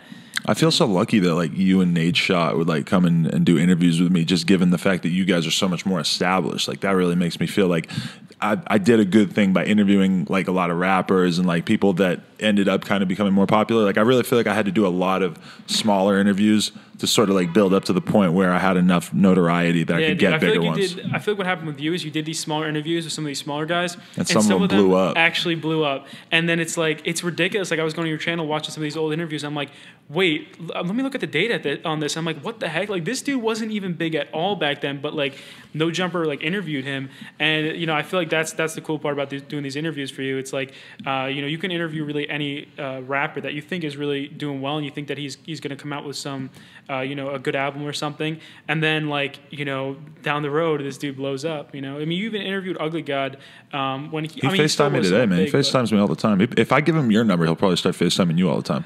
Dude, don't worry about it. That's crazy, dude. I love Ugly God, dude. Water He's the so FaceTime great. king, man. Like he loves to hit you up and just put his ugly ass face in front of you and just scare you a little bit. Dude, that's the great part about Ugly God is that he's so like open about fucking everything, dude. And I think that's the thing that a lot of people like about him is his personality. Like he even is open about his lyrics. Like I heard this one interview, I think it was this one from Vlad TV or something, and they're like, oh, I kind of know my lyrics are trash or something like that. And I'm like, what the heck? Like he just said that about his own lyrics, but it's like I guess he's really just self-critical, and I feel like a lot of rappers would never do something like that. And he just has a completely different personality, and he's just like super chill about it. And I don't know, he makes some good music. Ugly God actually raps about having a small dick, and then when we did the interview, he told me like, "Yo, actually, I have a big dick." And I'm like, "Well, why are you rapping about that?" He's like, "Because it's funny." And also, like, he doesn't rap about, or he doesn't give a fuck. He raps about eating ass, and he said he doesn't eat ass in real life. He's very complicated. That's one of the main questions people want to know is if John Scarce eats ass. I don't know how much I want to talk about this. You don't have to answer. I just had to throw it out there. I don't like talking about that type of stuff because, dude, you were so open with that, though. You and yeah, Leno I know. I blew your so mind the other day when we were hanging out. I kept talking about shit. You guys were talking about some of the craziest shit. Can I even say some of it? Yeah, I'm an open book, man. I don't care. You were talking about like eating shit out of her ass. Not eating candy. Shit out of her ass. We joked around about it. I would do it. My idea was like a YouTube video of my face, and she's actually like positioned above me, and she's shitting candy into my mouth, and I'm trying to catch it, but you can't see her. But I tell you that that's what we're doing, and you just believe me. I think it's a good idea, actually, to be honest. No, I mean, do whatever you want, man. But I'm just saying, YouTube's gonna take that shit down. Like, it doesn't matter if you don't show anything. If she is straight up shitting, or just trying to shit out candy into your mouth, you're right. Like enough people are gonna report it, and eventually she's gonna make a fart noise. Dude, people are probably so pissed at me, though. I'm sure there's a ton of people into that kinky shit that, like, wanted to see you make that. And now that I told you it, you're not going to do it. Wait, what? Oh, no. Dude, people were into everything online, man. Like, with Zoe, like, she was showing me some of the messages and like, comments and stuff she gets. And, like, all these girls always talk about some of the comments they get. And it's, like, so disgusting. Yo, I've gotten a few pictures of, like, my face with, like, cum on it and shit. Oh, and see, like, you normally only girls get that. Man? That's crazy that you get that. Yeah, because it's, like, this meme thing where it's like, oh, Scarce is, like, thick or something. Or they say some shit like that. Because obviously I'm overweight, and it's like they're trying to make a joke of it. And then you've lost a lot of weight though. Congratulations on that. I just want to say that thanks, again. man. It's been pretty good so far. I can tell people it's like it's around 40 pounds, almost 50, hopefully soon. But yeah, and I'm actually I'm really trying to get like I think to 180 because right now you should I'm get a personal trainer. There's got to be somebody out there because when we were talking about eating before, you were sort of like I just don't eat that much. But man, if you had somebody who was really showing you what to eat and like having you work out on, dude, exactly. I got to do it. I got to contact them. I've been putting it off. You lost that much weight on your own, and it's losing weight the first time is the hardest because you have to learn how to cook shit. You have to learn. There's been so many attempts where I tried it. Like even me and Keemstar had that weight loss challenge, and that didn't really go anywhere, huh? It fell through. We both messaged each other. We're like, "Yo, I want to eat some fucking McDonald's right now. Like, I do not want to go through with this anymore." I don't see him being good with self-control. Both lost 15 pounds. Really? What? I don't see him as being good with self-control when it comes to food. That doesn't strike me as... It's so hard for me too, dude. Like whenever I'm like hungry and shit, dude, like it's like fucking, it must be like cocaine or something. I'm sure cocaine's much fucking worse. I haven't tried coke. Cocaine's pretty tight. Yeah, but like... I don't do it that much because it's a little too tight. I don't do it that much. Shit. Well, I'll do coke. I'm not scared. You tell your fans you do coke? I don't give a fuck, yeah. All right, fuck it, man. No, I mean, dude, if you bring some coke tonight, dude, I'm down. I wish that it was that. I don't know. Just don't fucking record. It is 1 o'clock in the morning. I don't know if I could really like handle like a 5 a.m. Scarce cocaine bender. Yeah. I'm trying. That's the problem. Is I already have bad insomnia, so it's like I don't want to do coke because I don't want that to kind of get amplified. You should drink lean. I would like you if you were drinking lean. Does that actually make you like? Yeah, really it'll make you fall asleep if you drink a little too much. Yeah. That's the shit dude, that's right the thing. Lean isn't really big in my area because I live in like New York. It's so hard to get in general. But if I was in like Atlanta, dude, I feel like everyone would be offering me lean. It's super hard to get even out here. There's like certain guys that like will come through to the studio with rappers and they'll be selling them bottles of it for $1,000 and shit like that. It's like really expensive, crazy expensive. Have you tried lean? Yeah, it's great. It's fun. You like it? Yeah. It's a little... Does it get you depressed afterwards and shit? Not depressed. It just makes me real tired and then like kind of, Doesn't coke do that? Like, don't you get like mad depressed like an hour after you do it? That's why coke is a really bad drug, to be honest, is because it gives you this like rip roaring like you 15, fucking loving life. Yeah, like, half hour, 15 minutes, half hour, or whatever, and then you're just and then if like and then you have to do more basically. And for me, it's like I only tried it when I was like a bit older, and I like was smart enough to know like, oh, you don't go crazy with it or whatever. But I could imagine like a young kid fucking with it and not knowing that it's like this is really scary shit. I would never do coke. Yeah. I don't think I ever will do coke. It just depends. It really depends on where my life takes me. Like, I don't fucking know where I'm going to be 5 years from now. If you're a billionaire in 5 years, maybe you could afford a couple of anacondas. Dude, exactly. That's why I would never do coke, because it's like I would just be using up so much money on coke. You know what I mean? Like, because if you have a lot of money, you can get so addicted to that because you could just be taking it all the time because you have the money for it. So it's like, fuck that, dude. Like, imagine being a rapper where everybody's giving you shit. Like they go to shows and people are handing them bags of pills and shit like that. Like that's when dudes start to really spiral out of control. Yeah, exactly. But it's weird. Like a lot of these rappers, like I feel like a lot of them do that shit, but they still end up dropping some really dope music. So yeah, I feel like being a rapper nowadays, you just have to not give a fuck. Like that's really what you need. You need to have a ton of money.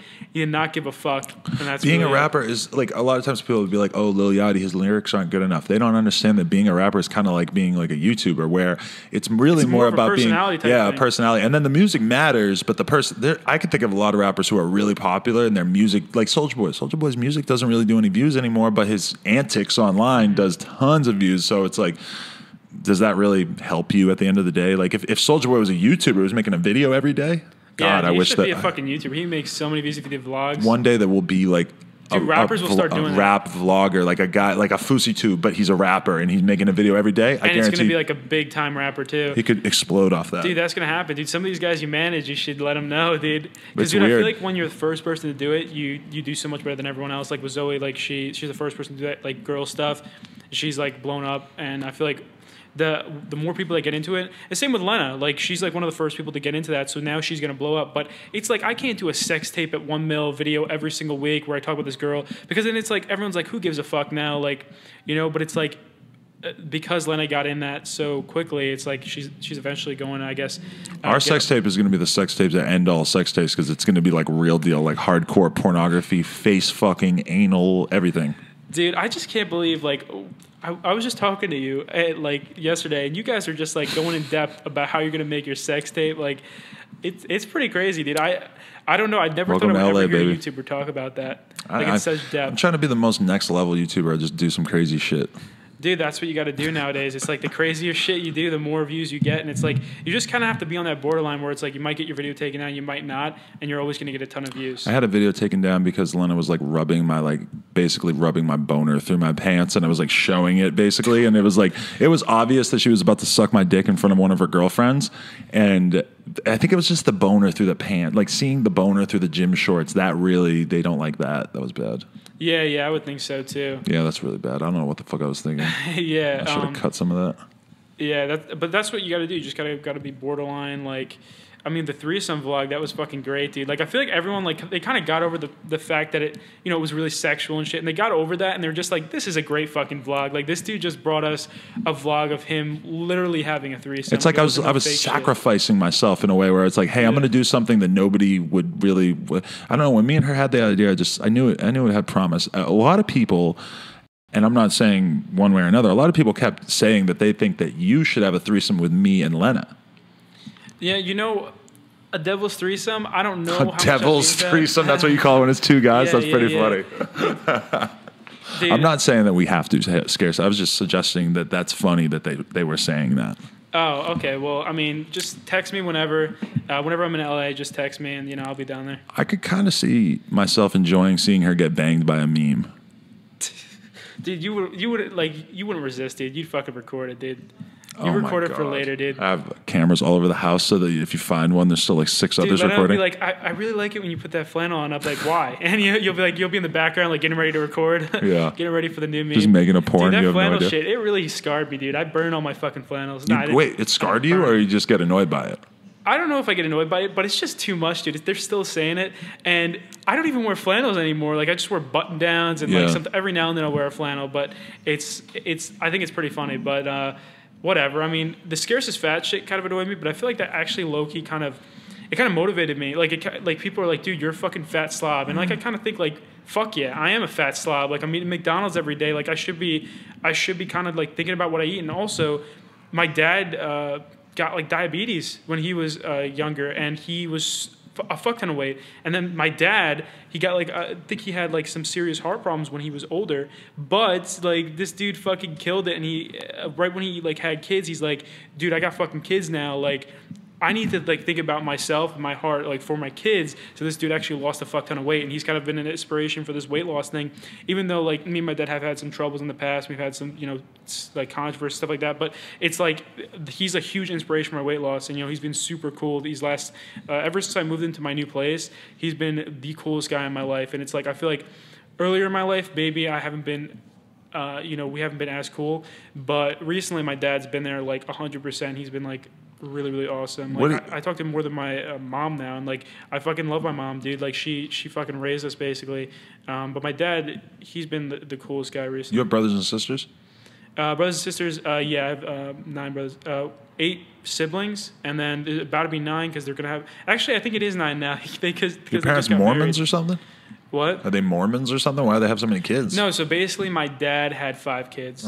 And so I guess you could say my dad's a player or some shit, but basically he had 5 kids. He got divorced, and then he had triplets with my mom. And I'm a triplet, You're a triplet? Yeah, triplet, yeah. Reveal. Did not know that. Holy shit. Yeah, I have 2 sisters. Have you said that in the videos before? No, I don't think I ever have. That's really cool. Damn, I can't believe you were a fucking triplet. That's so crazy. So rare. Yeah, dude. I fucking love being a triplet, though. I like that I have 2 sisters because if I had a brother, he'd definitely be trying to write off some of that YouTube fame. And I know some YouTubers that low-key, their brother low-key, like, will really fuck with them and tell them, like, you need to make a video with me right now or else, I'm going to expose you in some way because I know so much about you because you're my fucking brother. You know what? That's the fucking thing that really sucks is once you start to get some internet clout is that then you have, like, other people. Family members are up here. My aunt is fucking telling my dad, she's like, oh, you should, your son should be giving money to charity. Like, he shouldn't be making all that money and not giving it to the church. And I'm just like, what the fuck? Like, what are you to tell me? Like, why don't you give money to the church? Like, why are you telling me this? I'm 19 years old. Like, what the fuck? Yeah. Like, what do you expect from me, man? I've had like family, not family members, but like people I know from high school ask me like, yo, put up like a selfie, like an Instagram shout out. And that's what's really funny is that because they don't know anything about how being, an entertainer or whatever works. They don't know that that's trashy as fuck to ask somebody for that. But they're so removed from that. Like hanging out with like a smaller YouTuber or whatever, it's like they probably understand that you don't like ask somebody to post something on their Instagram or something like that. Like it's really weird when you deal with people who are completely outside of that because they can ask for way too much, Exactly, and they don't understand how much it's worth. Like they don't understand that it's like you get asked all the time to do 20 grand sponsorship deals. They don't get that there's that much money involved. So they're like, yo, just please give me a big shout out in your video, and it's like. They think, oh, dude, you're just my friend. Like, do this. Like, you're a dick if you don't, because they don't understand how much it's fucking worth. So, and so every now and then I'll give like a friend a shout out, like an IRL friend a shout out, just because it's like I don't know, like especially the friends that like were there before I blew up, and to be honest, in high school. I was the most quiet kid there. Like, I wasn't weird or anything like that. I was just so fucking quiet. And I was actually friends with, like, almost all of the kids in my school. But I did not talk unless spoken to. And the reason why is because I was doing this YouTube shit, and I did not give a fuck about high school at the time. Like, I was, like, looking at my teacher just thinking, all right, I'm going to have to make, a video today on this and this. And, like, I was just thinking, like, I got to make, I gotta make some serious money. I'm gonna make some serious money this month, and I don't know. I was just thinking of like bigger things, and I'm really happy I passed high school because did you pass high school like just barely first year? Yeah. I feel like everyone just I had to go to summer passes. school every year. I had just such a hard time focusing in school, and I went to college actually for 2 years. I had to go to a little bit of summer school too because. Dude, yeah, I really fucked up with high school, especially my last year, because it was just like I was making more money than my teachers, dude. And like some of these Faze members, like the Faze members that are really young, that are fucking huge. They're making more than everybody's teachers combined. Dude. Like I think Adapt, this dude I think he might be 1 year younger than me. I'm not sure, but when he was in high school, he was making like 400,000 views a video, and dude, that is so much. Yeah, like you said, so much more money than all of his teachers. It's like it's ridiculous. Like if I was him in high school, I would have the biggest fucking ego, but for some reason I just kind of kept to myself because I didn't want everyone, like you said, I don't want everyone taking advantage of me, because once I told someone about it, like like, because I had like a group of friends who were really fucking cool, and they didn't really care too much about it, and like they thought it was really cool and stuff, but they never asked me like shout me out, shout me out, shout me out. But whenever I talk to like, you know, maybe popular kids in the school about like, oh, you know, this guy's on the football team, so you really should give him a shout out, man. It's like, what the fuck, man? Like, the no, football team. like that's not like in my world at the time. I was thinking like, I'm gonna make some serious money right now. He's like, oh, I'm in, you know, varsity in your high school. It's like, that's not really that big a deal to me, though, man. Like, I don't really care that much, and I don't. That's why I didn't really tell anyone. Like, but I did have this fucking fan group in high school, like of a bunch of fans that like found they did some creepy shit, dude. Like, they found out everything about me. They found out where I lived. They started passing my house, screaming shit at my family. There's some weird fucks out there, man. A lot of YouTubers have issues with that, yeah. Yeah, dude. There's some serious stalkers out there, and that shit kind of freaks me out. I'm happy that I haven't had one like single stalker that's just stalked me throughout my YouTube shit. But I know a lot of YouTubers who have those stalkers, especially female YouTubers. They got a lot more. Like, I'm sure Lena, dude, she probably gets so many weird fucks. Like, she hasn't had anyone who's like transferred it into like the real life thing though, you know? Yeah, dude, some of these guys messaging like Zoe and all of them, like, you can tell, like, these guys don't know how to function in real life. Yeah. Like, they're messaging her, like, some of the most disgusting, creepy shit I've ever seen. It's like, why would you even if it's online, it's like, it still is just like, why did that even come into your head? And what sucks is that, like, almost every woman who's in the public eye at all has to get used to just seeing it all the time, you know? And I see a lot of, like, stupid dude, like, shit. With Zoe, like, when I went to the event, dude, the amount of attention that hot chicks get compared to, even if I'm a bigger YouTuber than her, the amount of attention that hot chicks get it's out of this world. Because like I was at that event with her, and it's like, even though she doesn't make as many views as me and stuff, it's like, and even though people knew who I was and her were, like, they didn't even want to get pictures with me. They wanted to take pictures with her, and you know, she got so much attention. But some of the time, it's creepy attention. Like, there was a few people that came up to us, and there was this one person in particular that she's afterwards, she's like, that guy was kind of creepy. Like, what the fuck is he saying? Like, and there was a lot of people who were like that at the event. Yeah. So how did you and her become sort of like a duo? You guys became friends, and dude, like, this is the thing with Zoe, like, and I don't think people realize this, like, a lot of people think of her as like a fame digger, and I see a lot of those comments, but, and you know what, like I said in my video before, maybe she's a fame digger, but it's like, I don't know, because she's always been so fucking nice, like, ever since the very beginning, when we first DM'd each other. Like, obviously she made a ton of subscribers for my video, and we both started DMing each other and stuff, and she was just always so nice. She was always there for me during like fucking hard times and shit, and it was like, she never ever kind of like tried to convince me into getting her subs and stuff. Like, she always like asked my permission to vlog and shit like that. Like, she always asked my permission for all that shit. And like, if you do that, if you're just like really like kind of shy about the whole thing, and you're not like right away, you're like, you know, give me a shout out. That's a good way to get a shout out from a YouTuber. If you like are really cool with them, you ask permission about everything, you're like, and you know, obviously you don't want to ask them to give you a shout out right away, but if you ask them to give you maybe a little shout out after doing something really nice for them or something like that, then it's like, fuck yeah, you can do that. You have the ability to do it, but you can't just like go in there and the very first time you're meeting this person, you're asking them for a shout out. It's just, it just really it'll really piss that person off. You know what's that? I didn't realize it, but like doing interviews is really like kind of one of the greatest forms of like doing collabs that I could possibly do, because it's like, you know, for somebody like you, it's like you get to put your story out there to the world, sort of like tell who you are. Yeah. From my perspective, I get to like, you know, have a bunch of your fans see what I'm doing. It's really dope. But that's what I hate about the exposed videos and shit, is that sort of, and I did one about Fousey, so I can't fully hate on it. I'm sure there's gonna be quite a few exposed videos on this one. Scarce had a, you know, acid trip. It's like, whatever, man. I had an acid trip a long fucking time ago, and it's like, I didn't like it, and I'm never gonna do it again. And I honestly, I regret doing it. But it's like, I don't give a shit if anyone does acid or anything like that. I don't care if you do anything, man. As long as you're not fucking with other people. You know, you can do any drug in the world, but as long as you don't go in a car and drive while you're fucking high. Like, I know a ton of my friends who like get really, really high, you know, like to the point where they like can barely really function, and they just go and drive their car to McDonald's because they got the munchies. Kidding. I don't drive and smoke weed. That's bad. Yeah, it's bad. And I understand being high and driving is not the same as being drunk and driving. Mm-hmm. It's like, I feel like it's much easier, you know, if you think about it, to be high and drive and stuff like that. But it's like, and especially drunk driving, I don't condone that shit at all. That is so fucked. That's bad. That's the only, honestly, I think drunk driving is the only way a nice guy can get put in prison forever. Because think about it, like, you know, Shawshank Redemption, where the guy, like, he was drunk driving, you know, obviously this is just a story, but he was drunk driving, he fucking, you know, crashed into, like, some kid. Oh, I forgot that that's what he was in jail for. That's true, though, yeah. Yeah, and this is a really nice guy, and he just got thrown in jail forever. It's like, that's the only problem. It's like, whenever I drink, I tell myself immediately, even if I really want to get food and I have no food in the house, and, you know, it's super late, and, like, you know, obviously I can't get delivery or anything like that. It's like I just tell myself, nah, you're not going to go drive right now, because you never know if you hit into someone or something happens and you're drunk, you're going to be fucked for a long time, you know? That's true. Hey, I have this question written down. What gender do you identify as? Dude, like, right now I'm pansexual, so it's like, I don't really want you to misgender me, so you got to call me they, bro. They. Yeah, dude, that shit is so fucking weird, dude. And I heard in New York they're trying to pass a bill where it's like, if you misgender someone, you can get fined up to, like, some serious money.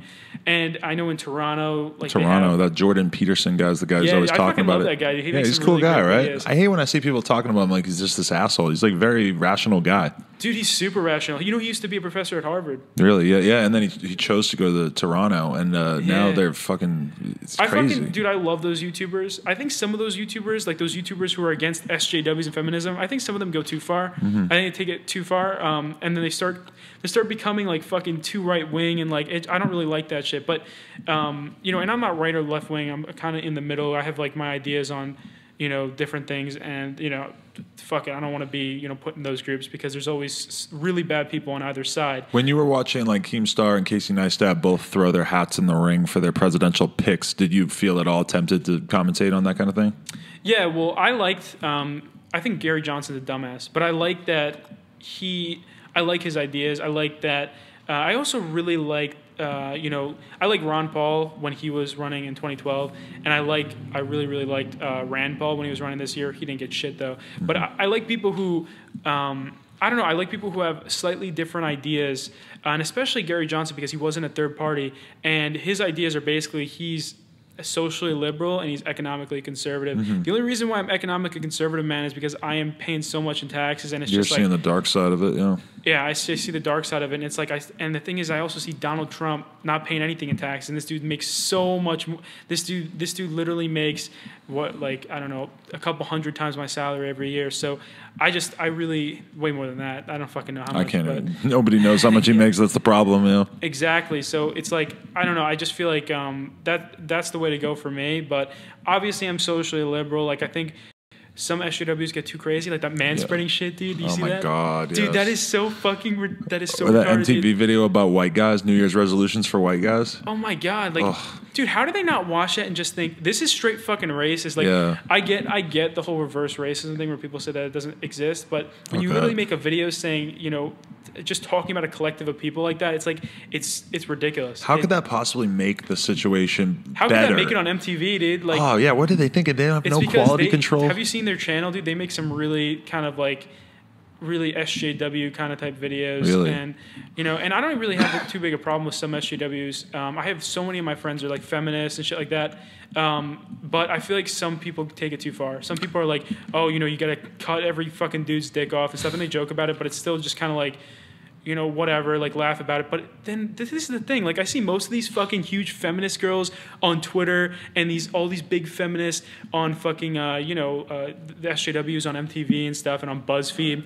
And these fucks, dude, they're talking about manspreading when in Saudi Arabia, a woman can't even drive yet, dude. They can't even fucking drive yet in Saudi Arabia. But they're getting thrown off buildings. They're getting acid thrown in their face because they're trying to go to school and shit. I know. I understand it's their religion, and I understand. But it's like, do they really have to wear so much that you can literally only see their eyes? That's what's so pathetic about feminists in America, is that they choose to concern themselves with the most remote, tiny little microaggressions instead of concerning themselves with the ridiculous things that are going on in other countries. And that's the thing too, is that they won't say anything about Islam, even though Islam is kind of like the root of why, you know, women covering themselves and not going to school, not being able to drive. Yeah, exactly. And people don't want to admit that, and I understand why they don't want to admit it, because it is a whole fucking religion. And there's people in it. There's people who are Muslim who are fucking great people, dude. There's a lot of moderate Muslims, but at the same, I don't even know if you could call them moderate, though, because it's like, honestly, they're not even respecting the religion. Because if you see some of the stuff in the Quran, like, there is some fucked up shit that people have to do in order to, and also, if you want to leave Islam, it's like I hear that like you'd have to get killed or something like that. Oh, you want to be an apostate? It says it right in there that you're supposed to die if you want to leave the religion. But that's but even us having this conversation of saying like, because my whole life I've said like I think Christianity's fucked up. But then when Christianity is fucked up. I think all religions pretty messed up to an extent because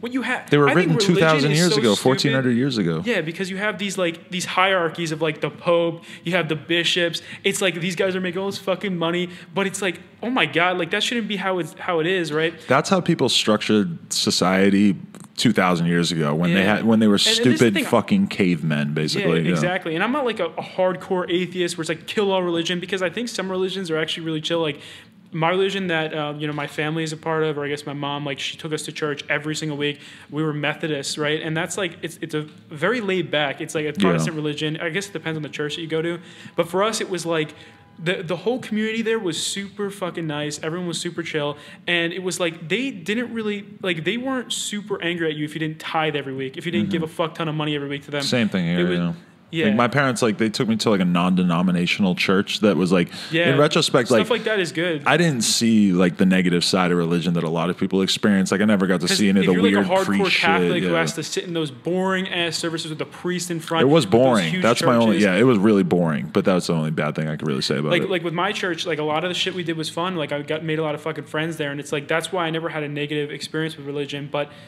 obviously, I think everyone, especially. Everyone eventually they start realizing like, okay, how do we know that, God or Jesus is this white guy with a fucking beard? Why? Why would he be this white guy why is Muhammad this, I don't know, with Arab guy, I just doesn't make any sense. Like, why does this guy have to be the son of like one of the greatest people in the universe, one of the greatest things, I guess. It's a crazy idea to think that these things could possibly be true just because it says them in these books. But this is the problem: is that if we sit here and even sort of have a conversation where we say that there's something wrong with religion, there's something wrong with Islam, then we're going to get lumped in with the category of like the kids who are beating people up, beating up some Muslim kid after Donald Trump gets elected, and that is something that I'm far more against. That's the thing. You got to have. You can't go too far with this stuff. You can't be irrational with it. You got to just kind of be like, okay, I like this from what people who support religion say. I like that, but then at the same time, I like this from what atheists are saying. And you kind of you got to look at the nuance in the situation. You know what I mean? And you know that from your perspective, because from your perspective, it's all about seeing the situation drama, from all sides. Yeah, that's why I'm so like on both sides of everything in my entire life. It's very hard to get me to say like one specific thing, because it's like I always look at the nuance of every situation, because if I don't, it's going to fuck me up in my job, man, if I don't think that way, because then I'm going to get fucking, sued for defamation, Like if you read a Twitter rant saying this is the worst person ever, he's a rapist, he's a child abuser, blah, blah, blah, and then you actually tell that side of the story, like it's your job to then be like, okay, let's go get the other side of the story, and then let's try to figure out what could be the common ground. Exactly. And I mean, I feel like everything has two sides. Like no matter what, I don't know if you can say fucking Hitler has two sides, right? But it's like... That's true. I'm sure there's be a lot of people in the comments saying, yeah, because there are some fucking people against Jews now on the internet. It's crazy. Yeah, anti-Semitism is big online these days. Yeah, for sure. Dude, it's fucking huge. There's a lot of Trump supporters who are like anti-Semites and stuff. And...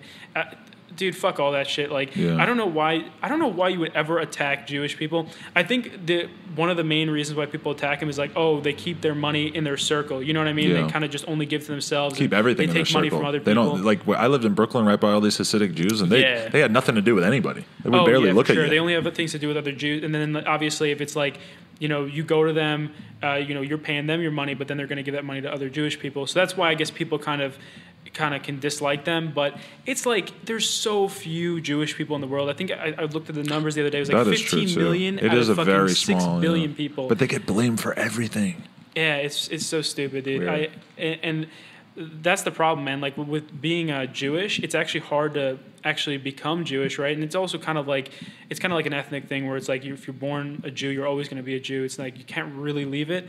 And with being Muslim, it's like it's so easy to get in, but like you apparently can get killed if you want to leave it. And that's the thing with Islam. It's like it's very, very scary. But and a lot of people watching this would be like, oh, that's not a part of like the Islam that I live with, which of course, like most Americans and stuff, their religion is not dangerous. But in a lot of countries, that is really, how it is. Modern and really cool. Yeah. But, you know, and honestly, I can see where they're coming from. Like some of them, obviously, you know, you can kind of see what ISIS came from because it's like their families got fucking, you know, fucking killed or whatever.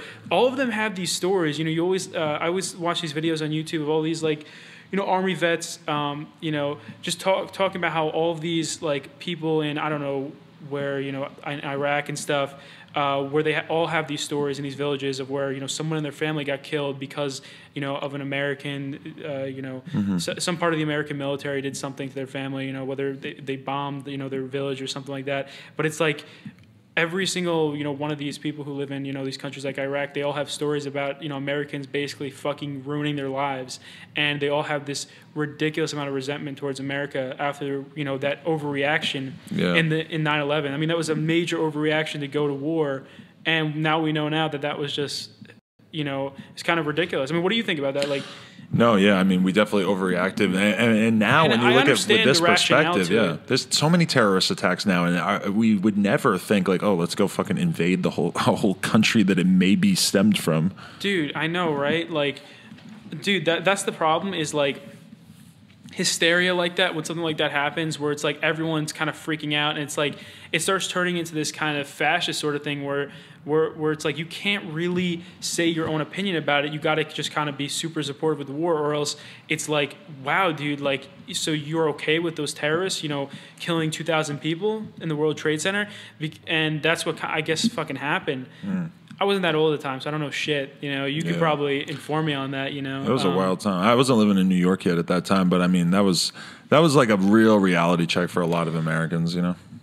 Yeah, for sure, man. Like, and that's the thing. I feel like it was an overreaction going to war, but I mean, whatever, man. I mean, people learn from their mistakes. It just really sucks that, you know, now ISIS is created, and like there's just so much instability in the Middle East, and True. I don't even like getting caught up in it. That's why I try to stop watching, because I watch a lot of YouTubers who talk about this stuff, but then I try to stop watching it because you get too caught up in it. It can be interesting, but at the end of the day, you start to think like, this is not going to affect or make my life better in any way that I know so much about this stuff. And it can make you, it can be scary. Like if you actually watch Fox News, you feel like the world is ending all around you. Yeah. Dude, there's some people, you know, Alex Jones. Yeah, oh my God, he's the worst of the worst. Oh my God, dude, so his fear mongering is, dude. The thing is, I watch Alex Jones a lot, and I'll tell you why. It is fucking hilarious, dude.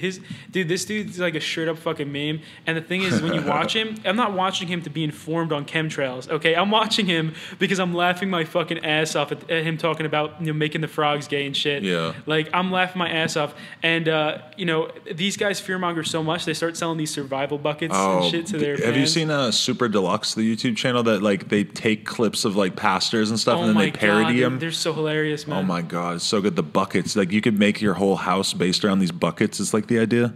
Yeah, and I'm not even disrespecting Alex Jones. I feel like he's actually so big on YouTube now. Like, I feel like a lot of my fans are probably subscribed and probably watching. I'm going to have to just take the L from all those fans and just say, fuck Alex Jones. He's a fucking psychopath. Hey, but related to that, like, because we are kind of around the point. Actually, it's 1:11, so we were sort of. Oh, shit, dude, I didn't realize we should make a wish. Yeah. Anyway, but somebody said this. This was one of my friends, or one of the Twitter commenters. He said, my mom walked in on me watching Scarce, and I switched it to ISIS porn. Well, I mean... I thought that was pretty funny. Dude, I'm sure there's been some people that have done some weird shit to our videos, dude. You'll never know, but... You know, people just do the craziest shit, especially like females like Lena and stuff. It's like, how many guys are just sitting there watching a video jacking off at the same time? Hopefully all of them. Hopefully they can send me the rope. I just don't get that, though. Like, why don't you just go and watch porn? Like, I don't understand that. I don't know. These guys are sick fucks.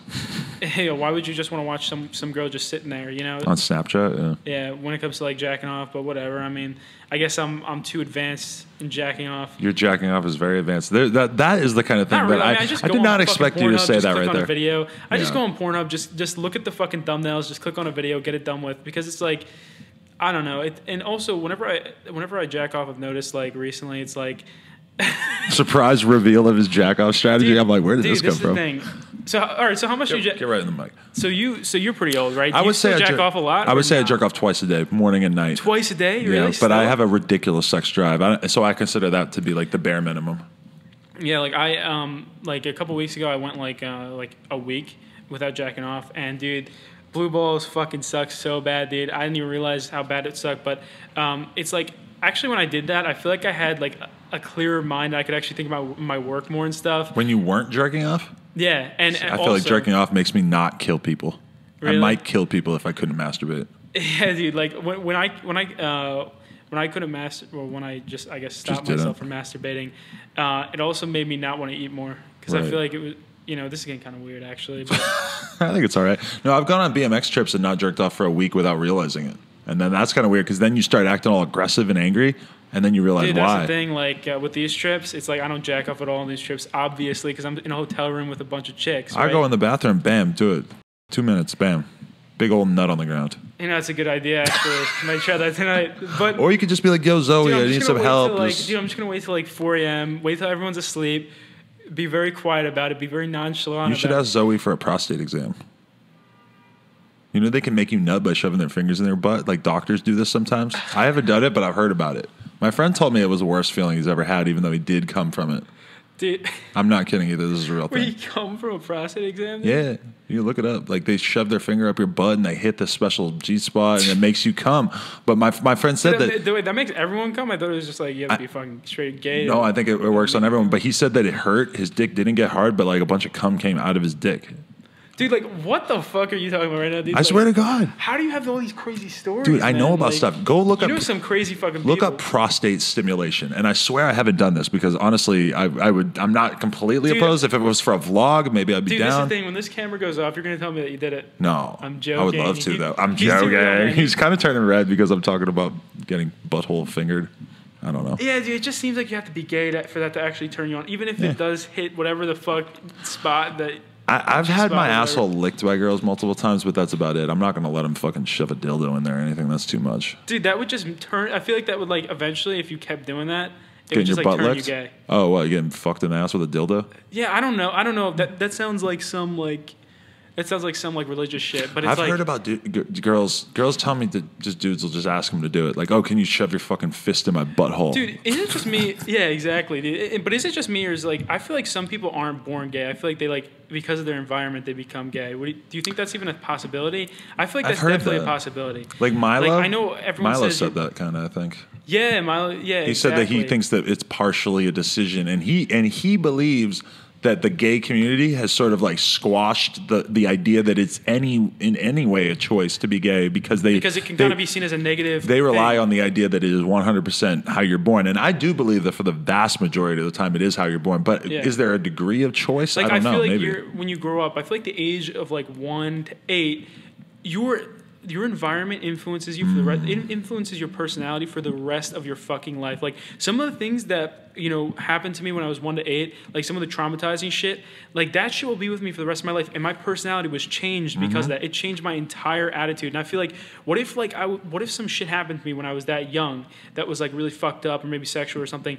Would I have like become bisexual or something like that? Or would I have been like, like I don't know, but I was hearing this one Joe Rogan podcast of this one guy talking about it, and I don't know, he's really convincing, and I've been thinking about it a lot recently. I'm like, that's definitely a possibility. Yeah. Well, I mean, there's been like examples of kids who their parents like would keep them on a chain, like on a leash in the backyard, and they would never talk to them, and they would feed them, they would stuff like that, and they come out like they can't function in society. They have to keep them in like a home for the rest of their life and shit like that. Like exactly. That's the extreme version.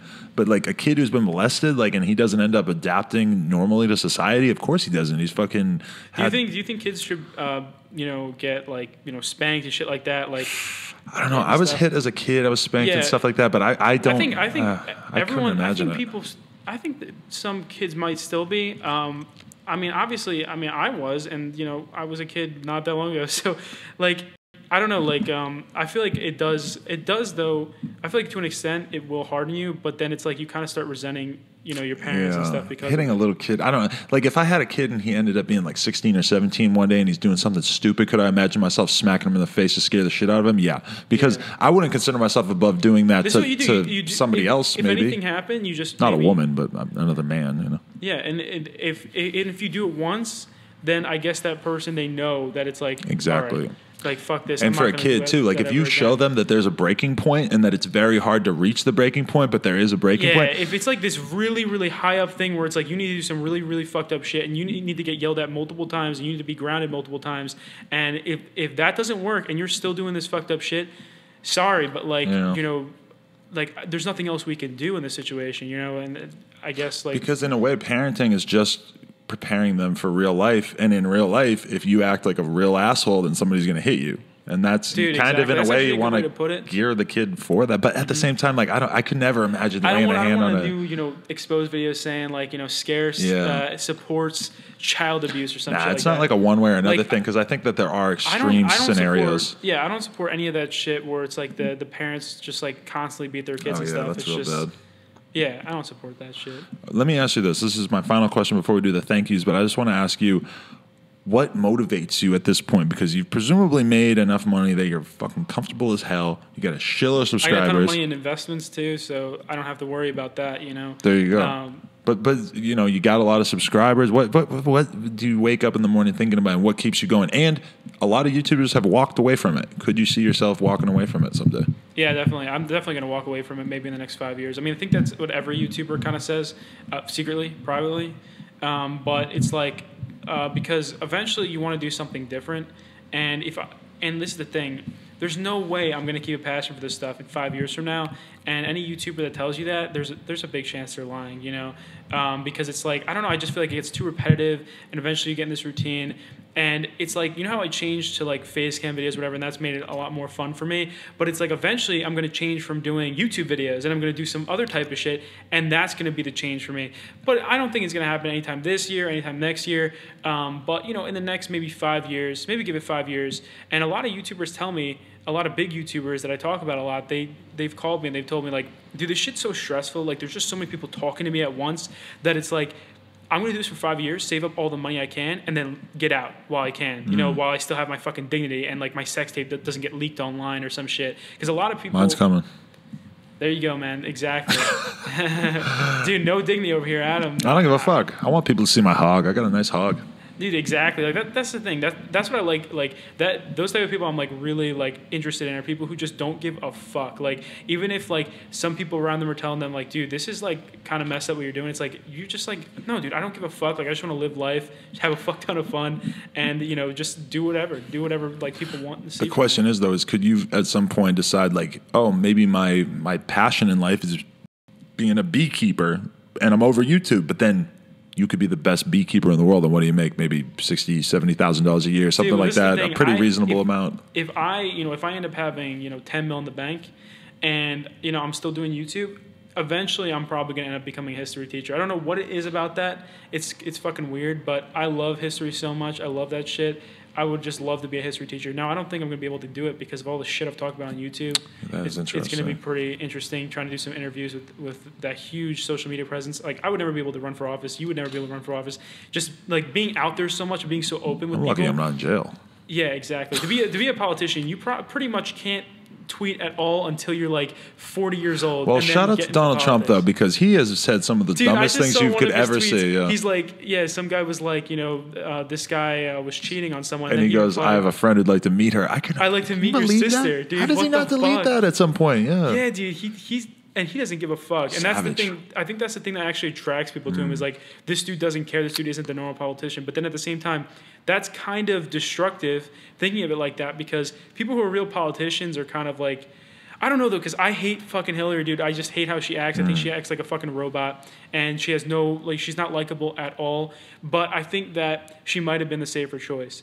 I'm not entirely sure, but it's like, I like Bernie Sanders' ideas too, and even though his economic policies are fucking shit for me, it's like, I knew that if Bernie Sanders became president, some good shit would happen to it. Like, I don't know, I just feel like he was really, really interested, and he really, like, he was just real with it. He really wanted to make America a better place. But I feel like Obama was like that too before he got elected, and then like once he got elected, he kind of had to be the normal politician who, you know, doesn't really keep all of his promises. But see, that's the weird thing about Donald Trump, is that you almost feel like he's so crazy that he's going to keep a lot of his promises. Dude, exactly. Dude, but he's just like such good friends with Russia and shit. Like, he's just so much different than every other politician. Insane. Like, even conservatives, like, there's so many conservative politicians that are still so against Russia, and it's like, this dude is all for Russia now, and he's basically changing the whole fucking party. Like, and like the CIA will come out and say that Russia has, hacked the DNC or hacked America, and he will actually actively disagree with them. It's like you're fake news, CNN. You've never, oh my god, yeah, dude, that was so funny. But the thing is like, him saying that CNN, when there's real fake news being made by all these like Russian websites and stuff is really shameful for him to compare the two. It's really shameful for a president to do that. News out there. There's fake news on both sides, left and the right. Yeah, there's so much fake news. Tons. Like, and I don't think enough people realize it. I think enough people are like, oh, did that one golden shower thing? You see that shit? What was that? Where it was like, Trump, pissed. Yeah, basically, dude, there was so much like fake news about that and shit, and it's just like it gets spread everywhere. But like I said, I didn't vote for Trump or Hillary. I voted for Gary Johnson. It's not because I thought he was pretty stupid, but I want to see a third party. I don't want to see just two parties. I want to have different ideas.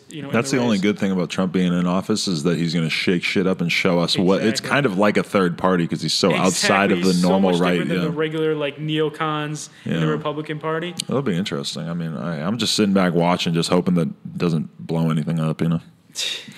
Scarce. Who do you want to thank? You got any shout outs? I want to thank my mom. I want to thank my dad. Got to do that. Joking. I want to thank. You got to shout them out. Yeah, right. Nah, but dude, I'll be watching this interview like 10 years from now, just being like, "Yo, I was on that dude's podcast. This dude's now on this dude's now like in the big leagues. This dude now interviews all the big hip hop artists and stuff." Dude, this will probably be the podcast that gets the most views. Realistically, I don't know. It'll be up there though. It depends. Yeah, it really depends on this shit. Like some videos you never know do well and they do fucking well. True. But I want to thank Bird News, who's my staff. He made that video. He helps me out with all this shit. He has helped me, keep this shit. And I don't know, all my fucking fans, I guess, they've been with me through thick and thin. I've had some serious fucking downfalls, and there's been some serious exposed videos made of me, and it's like they still continue to watch. It's like fucking, it's great, It's very nice to have a loyal following. Hey, and I'm in the gang. I'm a very, very small percentage of however many views you get on every video because I watch goddamn near all of them. Scarce. Dude, I find that really cool because I watch all your videos too. You know what I mean? That's tight. Appreciate that. Yeah, most of the time there's this YouTuber where it's like one guy's offended the other guy. It's like the other guy doesn't even watch him, but that's pretty cool. Especially because I don't watch any big YouTubers. I just watch like some really strange YouTubers that I don't know I'm interested in. I just like their videos. They make good videos. Like even the vlogs with Lena, I find them really interesting. Even though I understand it's supposed to be like sexually pleasing and stuff, but it's cool to look into your life, look into this fucking pimp over here getting a fucking threesome with his girlfriend or roommate. That's the really weird part about it is just that people are seeing me go from like a pretty regular guy to like interviewing famous decks, I'm interviewing Scarce, and that's it's fun for people because they're kind of along for the ride, and it kind of shows them that they could like do whatever. Here, man. I know exactly people, that's the thing. That's why you need to continue to be friends with the people who were there with you before you blew up. Oh, because, there's so many fake people nowadays. But they make fun of me for that, too, because they're like, you just are out hanging out with 18-year-old BMX kids all the time. But, that's what I've been doing my whole fucking life, you fucking scumbags. I love being around the young BMX kids because they don't really give a fuck who I am, Like, they don't. Yeah, that's probably great. They know, or they might want to take a selfie or whatever, but they don't really treat me that different. Like, I want to make them happy. Mm-hmm. That's kind of who I feel like I'm being judged by is like the hardcore kids who are still doing the shit that I was doing when I was their age, Yeah, exactly. I want to make them proud in a way, I guess. Anyway, John Scarce, thank you so much for doing this interview. This has really been a blast. Yeah, no problem. I'm sure I said some pretty fucked up shit in this interview. I'm sure there's going to be an exposed video, but who fuck it. Fuck? Let's have fun with it. Just ignore it. Yeah, Scarce, thank you so much for coming on the podcast. Really appreciate it. Everybody, subscribe, like, and comment. No Jumper on YouTube, SoundCloud, and iTunes. Peace. Hey, can you just say it one time, the intro? Dude, I don't know. What, it's weird doing it when it's not in the environment? Yeah, it's always weird, and people are always like, yo, you're mad awkward for doing shit like that, but coolest podcast, I don't know. I don't want to say it. I meant yours. Oh, my intro? The hey, what's up? It's I thought your intro, because I'm for a second I was like, fuck, I'll do it. Oh, you're going to do mine. Okay, I want to hear it. All right, fuck it. Hey, what's up, guys? It's Scarce here. Oh. Dude, I fucking hate it so much. I just it's so nutted. awkward after. Hey, like, what the fuck did I just do, man? I hate having to shove this in at the end, but how did that come about? Was that just supernatural? It just ended up you were saying the same exact thing for the intro? Yeah, exactly. I just kept saying the same shit, and then like people started catching on to it, and I'm like, well, shit, I can't change it up now. And now you're like, I might as well keep it exactly the same. Exactly. Yeah. Academics has the same exact thing. It's your boy Academics. Yeah, exactly. He says it so quick to you. He says it so fast, and it makes my friends laugh every single time. I don't know. Yeah. And now I got Gucci Mane just saying balling like an athlete, but got no jumper. That's all I got. Yo, that's crazy, Gucci Mane. Oh no, that's where the name came from. Oh, I'm like. But I have like a little like clip of him like saying it that I used for the intro. That's all I got. Oh, you got that from Gucci Mane? Yeah, we like sampled that little clip. Dude, I feel like people are gonna talk shit on me now that I don't know that. No, that's completely acceptable because that song came out when you were like probably not really alive yet. Yeah, probably. Anyway, we've been extending this as much as we can. Scarce, thank you very much. Yep. Appreciate it, brother. For sure. Damn, how long is that shit? Like, I think it's almost 2 hours. What the fuck? Yo, I usually have an hour into this. Yeah, but sometimes they go.